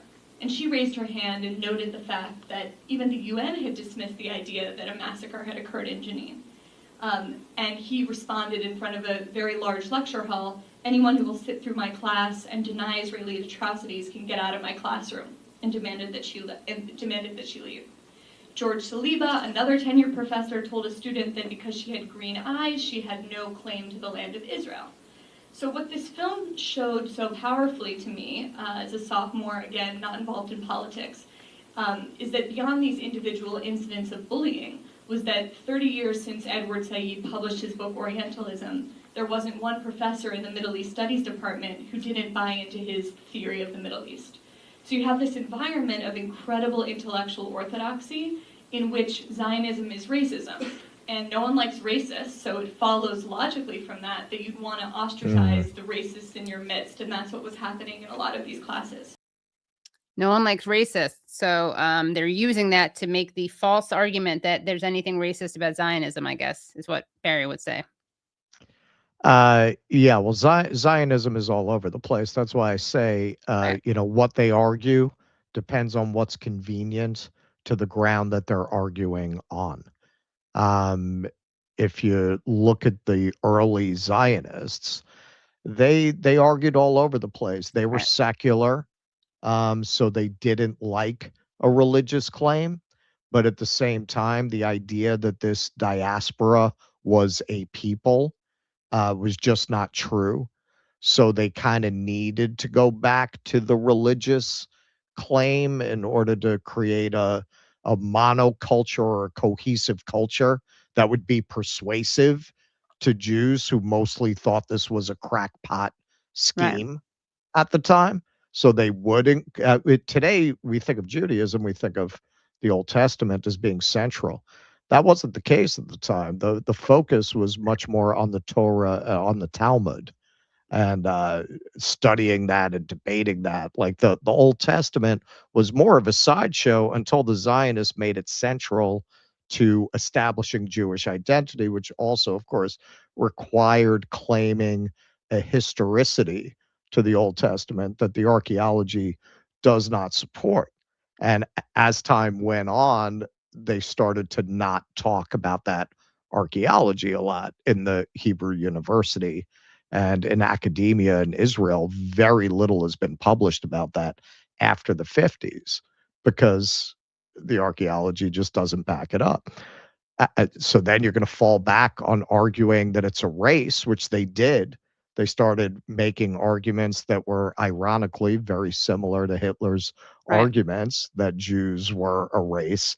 So it really depends on what you're talking about. I think Ilan Pappé said it best. Most Israelis are secular, but they all believe God promised them Palestine. The whole claim to that land is inherent. And I've seen Zionists, if you press them enough on, you really believe you're genetically descended from the original Hebrews. If you press them enough on that, some of them will then fall back on, well, it's a culture. And the culture has always been there. They'll argue any side of it once you've eliminated one line of argument. That's interesting. I mean, not to make this all about myself, but to me, it's very easy to make the argument. I think you and I have talked about this. Like I would say I come from a particular Ashkenazi culture, and that doesn't give me any claim to Israel, right? Like that's not a difficult thing to hold. It gives me a claim to the Upper West Side and Zaybars or something, not to Israel. I mean, do Buddhists have a claim to northern India? It's where the Buddha first preached, right? Yeah. Does that mean they can go kill everybody there or take northern India? It's a ridiculous idea. Yeah. Aside from that, I only recently learned this. I read The Invention of the Jewish People. Oh yeah, by Shlomo Sen. Yeah. We tend to think that the Jews have always been inward looking, that they have not been a proselytizing, but they were. They actually were a proselytizing religion for several centuries. So you did have all of these Jewish communities around the Mediterranean of converts who would not have been descended from those original Hebrews, if that's something that's really important to you, that having that link. They stopped converting people to Judaism because it became illegal after Constantine made Christianity the official religion. On penalty of death, you couldn't convert people. So then they turned inward at that point. But for several centuries, they were a proselytizing religion. So by the time they stopped doing that, in all likelihood, most of the Jewish population around the Mediterranean area would have been converts or descendants of converts. Right. Yeah. That is really fascinating because even I used to think like, well, it's different being a Jew. It is a smaller population. And again, I don't care because I'm not a Zionist, but it just happens to be because because Jews don't proselytize. But there was a large period of time when they did. They also did an interesting genetic test that reveals that many more people who are Jewish had at one point had like non-Jewish moms. There were more Europeans in the mix than they had thought. And they're also, insofar as there's a relationship between Ashkenazi Jews and people who live in that region, they're more closely related to the Kurds than they are related to any kind of historical Middle Eastern people, which, reinforces the notion that really we're Khazarians. We come off of that Middle Ages Khazarian Hebrew kingdom around Ukraine and parts of Russia. Right. Chazarai means pig, I believe. So that's an unfortunate. Oh, right? yeah. Well, think so, was it? Khazar. Khazar, yeah, right. Yeah. They used to have downtown the push cart sellers on the old Lower East Side. Yeah. They called it the Khazar Mark, the pig market. Right. Yeah. Someone actually asked what Judaism means to us, but I would actually, I mean, Judaism is something that I don't feel connected. I mean, not to sound, I feel connected to a Jewish culture, but not Judaism, even though obviously that is like, ironically, that's kind of the tie that binds historically. But there's such a culture of secular Jews, and that's the one that I identify with. But I'm actually curious, but you can answer that, and then I want to ask you about your own journey from to being an anti-Zionist. Were you ever a Zionist? If so, how did you escape it? Oh, I've never told you a story. Yeah, they kicked me out of Hebrew school when I was 9. Mazel tov.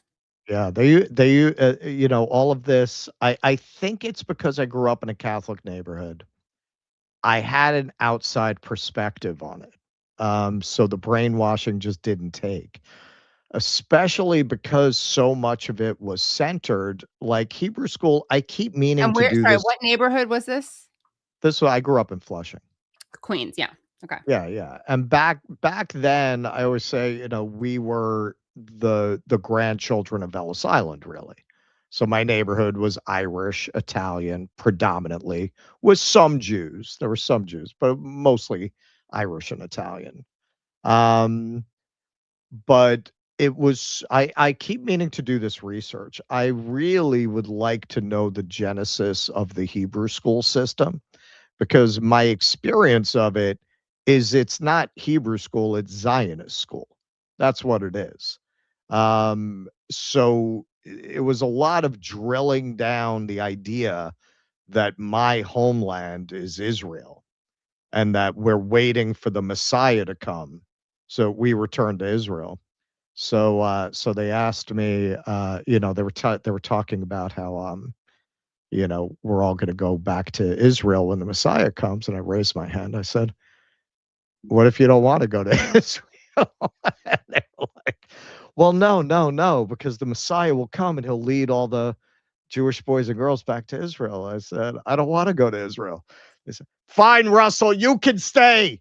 Everybody else will go to Israel. That's hilarious, yeah. So it just didn't take for me. They said you can stay, but then they didn't actually let you stay in the Hebrew school.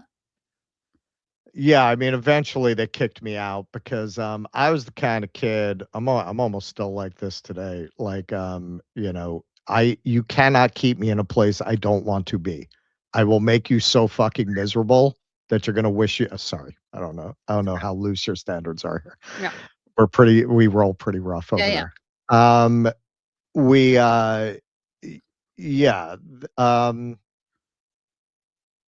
I'm sorry, I lost my train of thought because no, it's okay. I was saying that they said you can stay, you don't have to go to Israel, but then I said, except ironically, they didn't let you stay in the Hebrew school. Well, because I was so disruptive that eventually they just told my mom, who was very upset about it, like, yeah, that's not going to happen.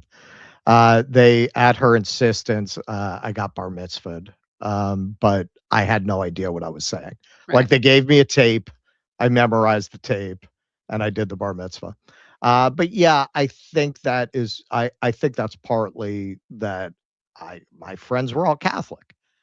So telling me I'm primarily Jewish And I'm sorry, man. I mean, there is definitely a certain inherent racism to that whole thing, to that whole perspective. Like those people are lesser. Right. They're not the chosen people, right? So for me, these are my friends. Right. So what are you telling me? That my friends are less than me because they're not Jewish and the Messiah is not going to come for them and I'm going to go to Israel, I'm going to leave them here. So even as a child, it just didn't sit well with me. And what about your Yeah, go ahead. parents? Um You know, my mother believed the way that most people who believe in religion believe, like they don't think about it a lot. Like most people don't really delve that into it. It's the way they were raised, so it's what they do.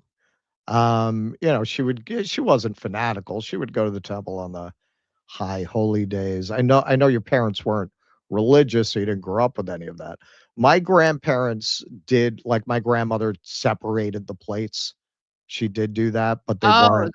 the kosher ones? Yeah, for anyone who doesn't know, you're not supposed to have milk with meat. Right. So that extends to the dishware. You're supposed to have separate plates for dairy products. That's why you have Jewish dairy restaurants, specifically dairy restaurants. Yeah. So they did that, but they weren't orthodox. Yeah. Like technically our family was conservative. We weren't reformed. So Uh, but she knew how to keep a kosher home, kosher kitchen, as they say? Yeah, but she didn't. Like I don't know how it happened. I don't know how I wound up having bacon, but but I liked it. Yeah. So she would make me bacon. Like Oh, wow. and you know what? We used to go to the Chinese restaurant, but that's like a cliche. Like, Yeah. they're kosher until they go to the Chinese restaurant. Right. There's like this Chinese restaurant magic rabbinical loophole. You Right. can eat what you want in a Chinese restaurant. Yeah. So yeah, I mean, they weren't like crazy strict, but this is one of the tragedies, I think, of Zionism. For most Jews, I wish this was not true. I wish I could say this was not true. For most Jews, Zionism and Judaism at this point is inseparable in their mind. Like Yeah. there is no real division between those two things in their mind. And for most Jewish families, if their kid turns around and is pro-Palestine and anti-Zionist, that is like a family tragedy. I mean, that to them, they're so brainwashed. That's like their kid decided to become an anti-Semite. Like that's how they Yeah. see it. Like their kid is aligning with anti-Semites. Yeah. And that is part of why it can be so hard to deprogram people. It is a cult. It is Ziontology. It can be I've tried with Yeah. people I know. It is very, even if you make some progress, as soon as they deal with their family, they go back, man, because what they're going to have to do is probably get disowned. And most people are just not going to go there, man. They're not going to go there unless they really, really feel personally compelled to take up that fight. And most people are just not going to do that. It's not worth the grief. Yeah, I wonder I don't know what the stats are. I mean, I think that I think we were talking about this the other day. So there are a couple things. One is that I think that some people will just not bring it up to their family. Like they're okay ignoring their family on it. That they know that their parents are Zionists, and they don't bring it up. I mean, we did have someone on the show, who was great, and their name is escaping me right now. They are in Chicago. They're a professor. Cannot remember the name. She was religious. She was Chabad, I think, and she planned to serve in the IDF. And then Right. she went to a funeral. Not Beth. What is her name? Brad, no pressure, but if you can look up the name, it was a woman from JVP who did a hunger strike. Hunger strike, JVP. I'm like seeing their name. Ash, I think Ash. So they, I believe Ash. Yeah. So Ash was going to move to Israel, and then Ash went to Israel, and someone said something offensive, and she was like, that's offensive. And then the relative is like, oh, you still think Palestinians are human beings. So Ash, for instance, her family, her parents cut her off. Her sister's in touch with her. I mean, I'm not exposing anything, secret. She said this on the show. I do think that some people, they just kind of like agree to disagree. They don't go there. And I'm only saying that, I'm not like saying that to push back. I'm saying that that's how I think some people manage it. Like they know that if they brought it up, they would be maybe disowned, or they would not be allowed to come to certain holidays. But depending on their perspective, I don't know. Yeah, some manage it by not talking about it. You're absolutely right. But that's a very tense space to live in. Like if you can avoid the whole topic and not think too hard about it, that's my experience of where people will generally go. And I mean, the polling bears that out. Like I would like to be able to say, there's a very wide range of opinions on this in the Jewish community. There isn't. 80% are Zionist, and the range of disagreement is, whether they think Palestinians should have a state or not, whether the West Bank should be colonized. Like that's the range of opinion in that 80%, right? To greater Israel or not to greater Israel. That's about as wide as the range of opinion goes. And then there's that 20%. That includes me, that includes you. You talk about being culturally Jewish. I gotta say, in a lot of ways, the last couple of years, the post October 7th world, in so many ways, has made it very difficult to engage with that heritage. It's tainted it. It's tainted it very much. And I went on Thanksgiving.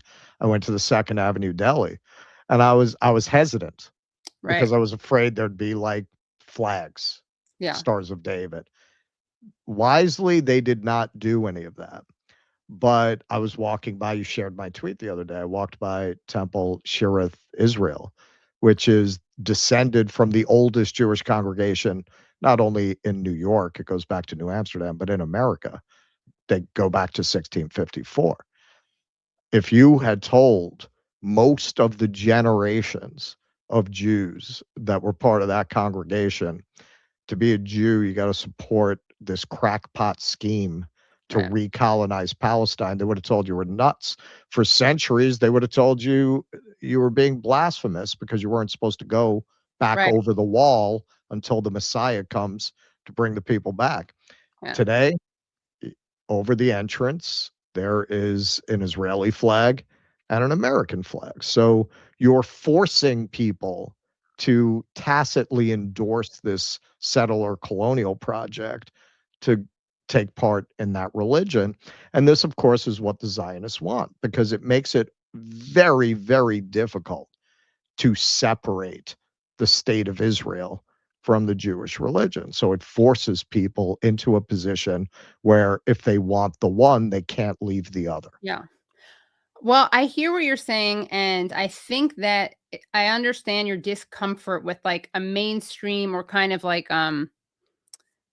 default Jewish identity, but not to sound self-righteous, like the Jewish identity I have is very much a Jewish identity that opposes injustice, including Zionism, right? So I think this is kind of like Norman Finkelstein talks about this. Like, it's not that all Jews were part of the civil rights movement, but they were overrepresented among the white people in the civil rights movement, right? So, and this is why it's so ironic that like people call Jews like us anti-Semitic. I'm like, you don't understand. Self-hating.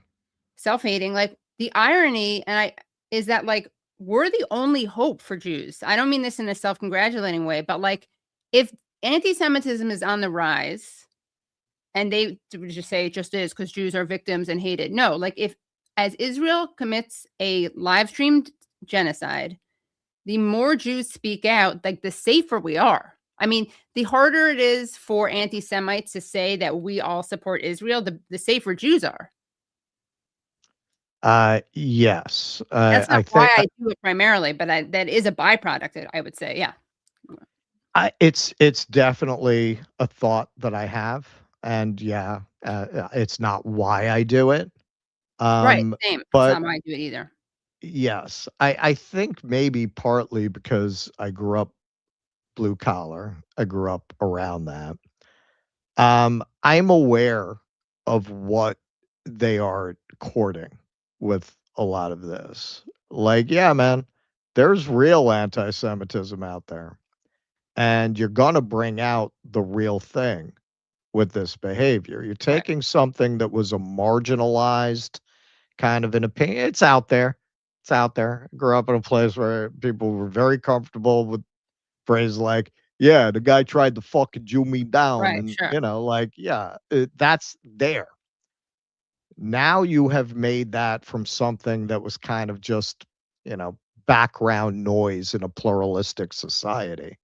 And you're starting to take a lot of the worst protocols of the elders of Zion kind of conspiracy theories, and you're legitimizing them. You have given the greatest recruiting opportunity to legit anti-Semites in the last 100 years.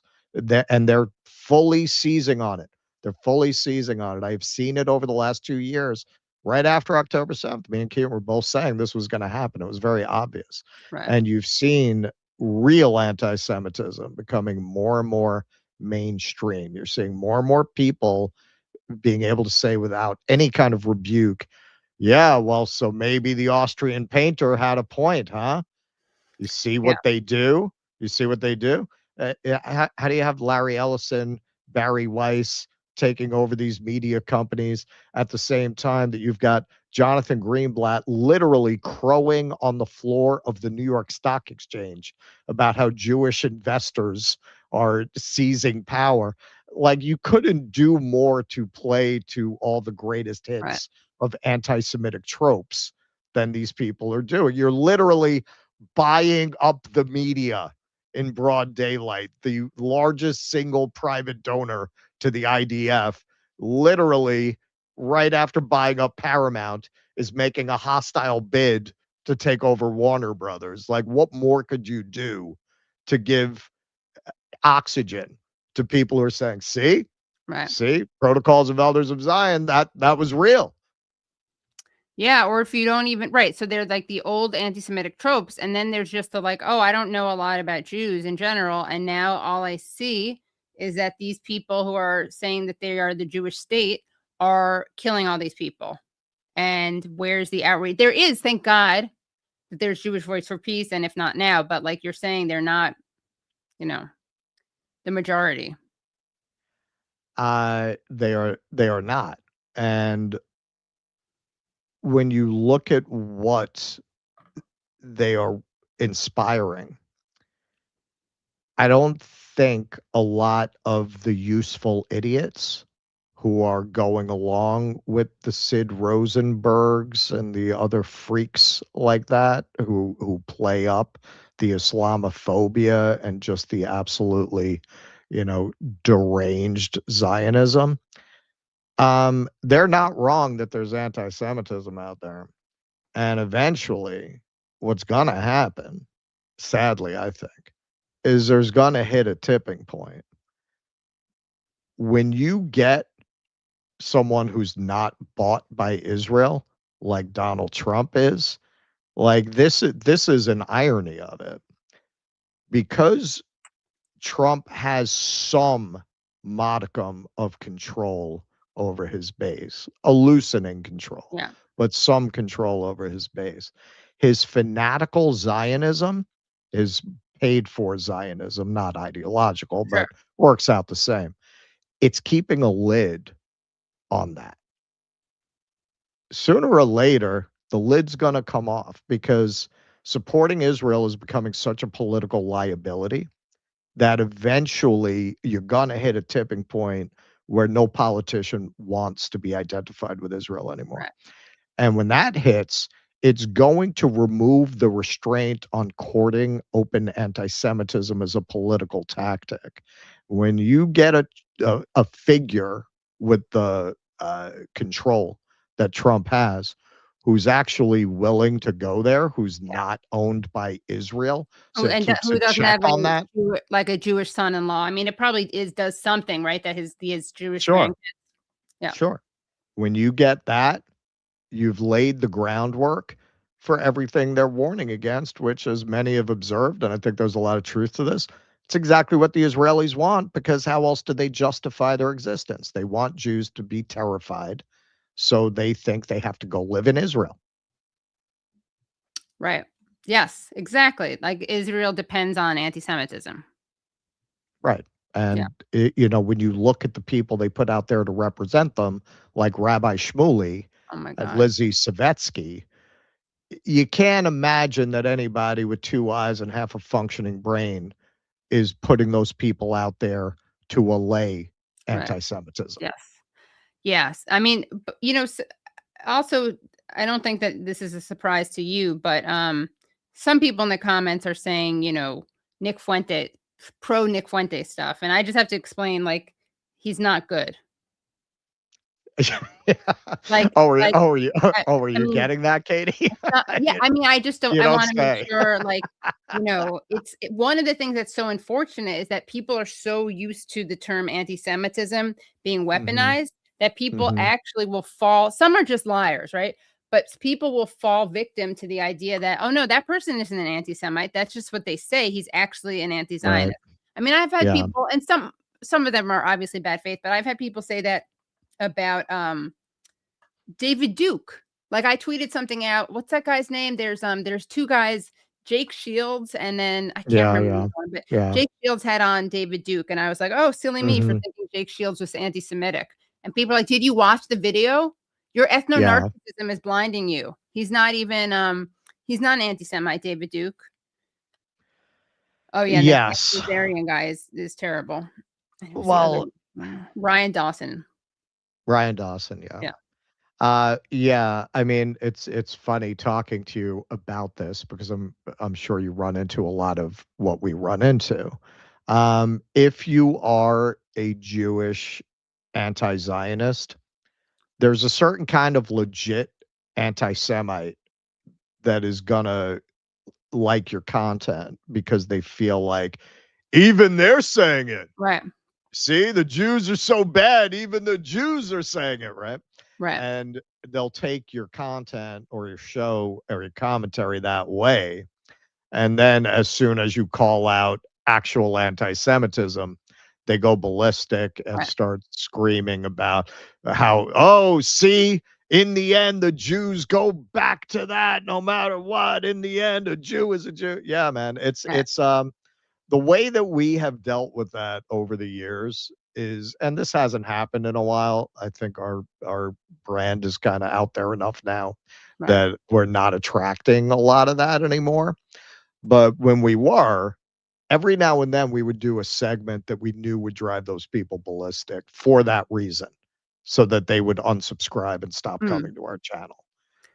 Because if you let that group in, they'll destroy your channel. They'll destroy your channel because the people that you want in your comment section will not want to be around that energy. Yeah. And they'll just devour your whole channel, and then you're just left with a bunch of freaks that you don't want to do a show for. I mean, very often, I mean, I don't have to tell you, people who do this, they're all about the likes and subscribes, man. They just chase the likes and subscribes. It's better to grow more slowly in a way that you feel good about, because if you grow that way, now you're trapped. Now you're trapped because the audience you wanted is gone. Right. And now you're captured. Anti-Semitic capture. Yeah. Also, it's great because it pushes back on the stereotype that we're greedy and just care about money. Yeah. So we're doing the work. Yeah. It's true. We're doing the work. We're tipping 22%, people. Yeah, exactly. So wait, how do you do this, like, this anti-Semitism cleanse? I mean, if you want to like do a high-powered anti-Semitic audience member colonic, do a Daryl Cooper segment. Daryl Cooper.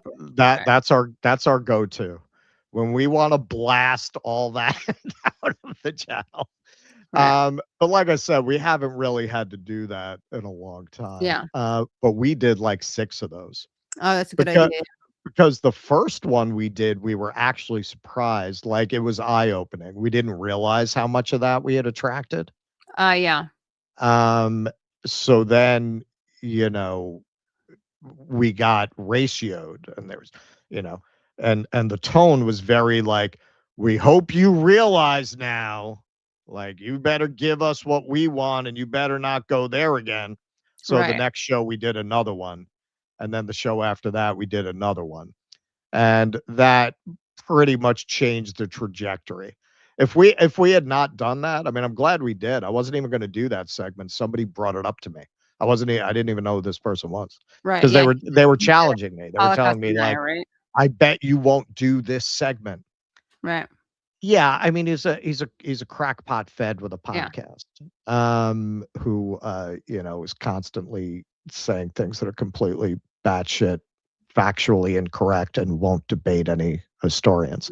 Right. I promise you, no. But the fan club is such. I promise you, if you drop this clip, you're gonna get those fanboys in the comments. Oh, great. Bitching about the fact that I said something about Daryl Cooper, but you asked. You know, I'm telling you, like there is nothing that will piss those people off more than those segments. But honestly, I mean, you want something, he's not as relevant now as he was when we did those segments. I mean, have you done like Nick Fuentes kind of breakdowns? Because that's the kind of thing that does it. Yeah, tell people about Nick Fuentes. All right, Brad, come on really quickly. So what do we got to tell people? We got to tell people that this was a great show, such a good chat. Yes. Brad has to go, he's helping out. Really quickly, if you are watching this live, you are so in luck because you got to see this whole thing. It's like almost 3 hours. Wow, this is like old school. But if you're watching this later and you want to see the full chat with Russ, which is fascinating, and we get into things ranging from Nick Fuentes to conspiracy theories to what else? Traveling to Asia. His personal journey from Zionism. I mean, it went to a lot of different places. Yeah. That'll probably be in the main thing, I think, but some of it won't be. Anyway, Brad's like, go to hell, Katie. All right, you can do that at patreon.com/The Katie Halper Show. Again, that's patreon.com/The Katie Halper Show. We will be doing another stream, a live one that I won't ask anyone for help for because it's vacation, holidays. I'll be doing one on Friday. Check back about the time. And then we'll be doing our show next week, Tuesday at 7 p.m. Anything else we need to say? Just thanks everybody for being here, and thanks for everybody for Patreon for making the show possible. I hope whatever you're doing that you have a safe and happy holidays. Just love you guys, and can't wait to see you before the birth of Jesus. So enjoy that one. Enjoy Hanukkah, Kwanzaa, Christmas, and we will see you not in the new year, but we'll see you before the new year, and we'll see you post. We got one more. 2025. Yeah, exactly. And please like the stream if you haven't already. Please subscribe. Let's get to 400,000 by 2026. That would be outstanding. Yeah. Thank you, Brad. Thank you, Ryan. Thank you, Nate. Thank you, Phantom Esfanta. Thank you to our guests, and thank you all for watching and or listening. Bye. Okay, calm down. You got rivers, man. You got rivers, man.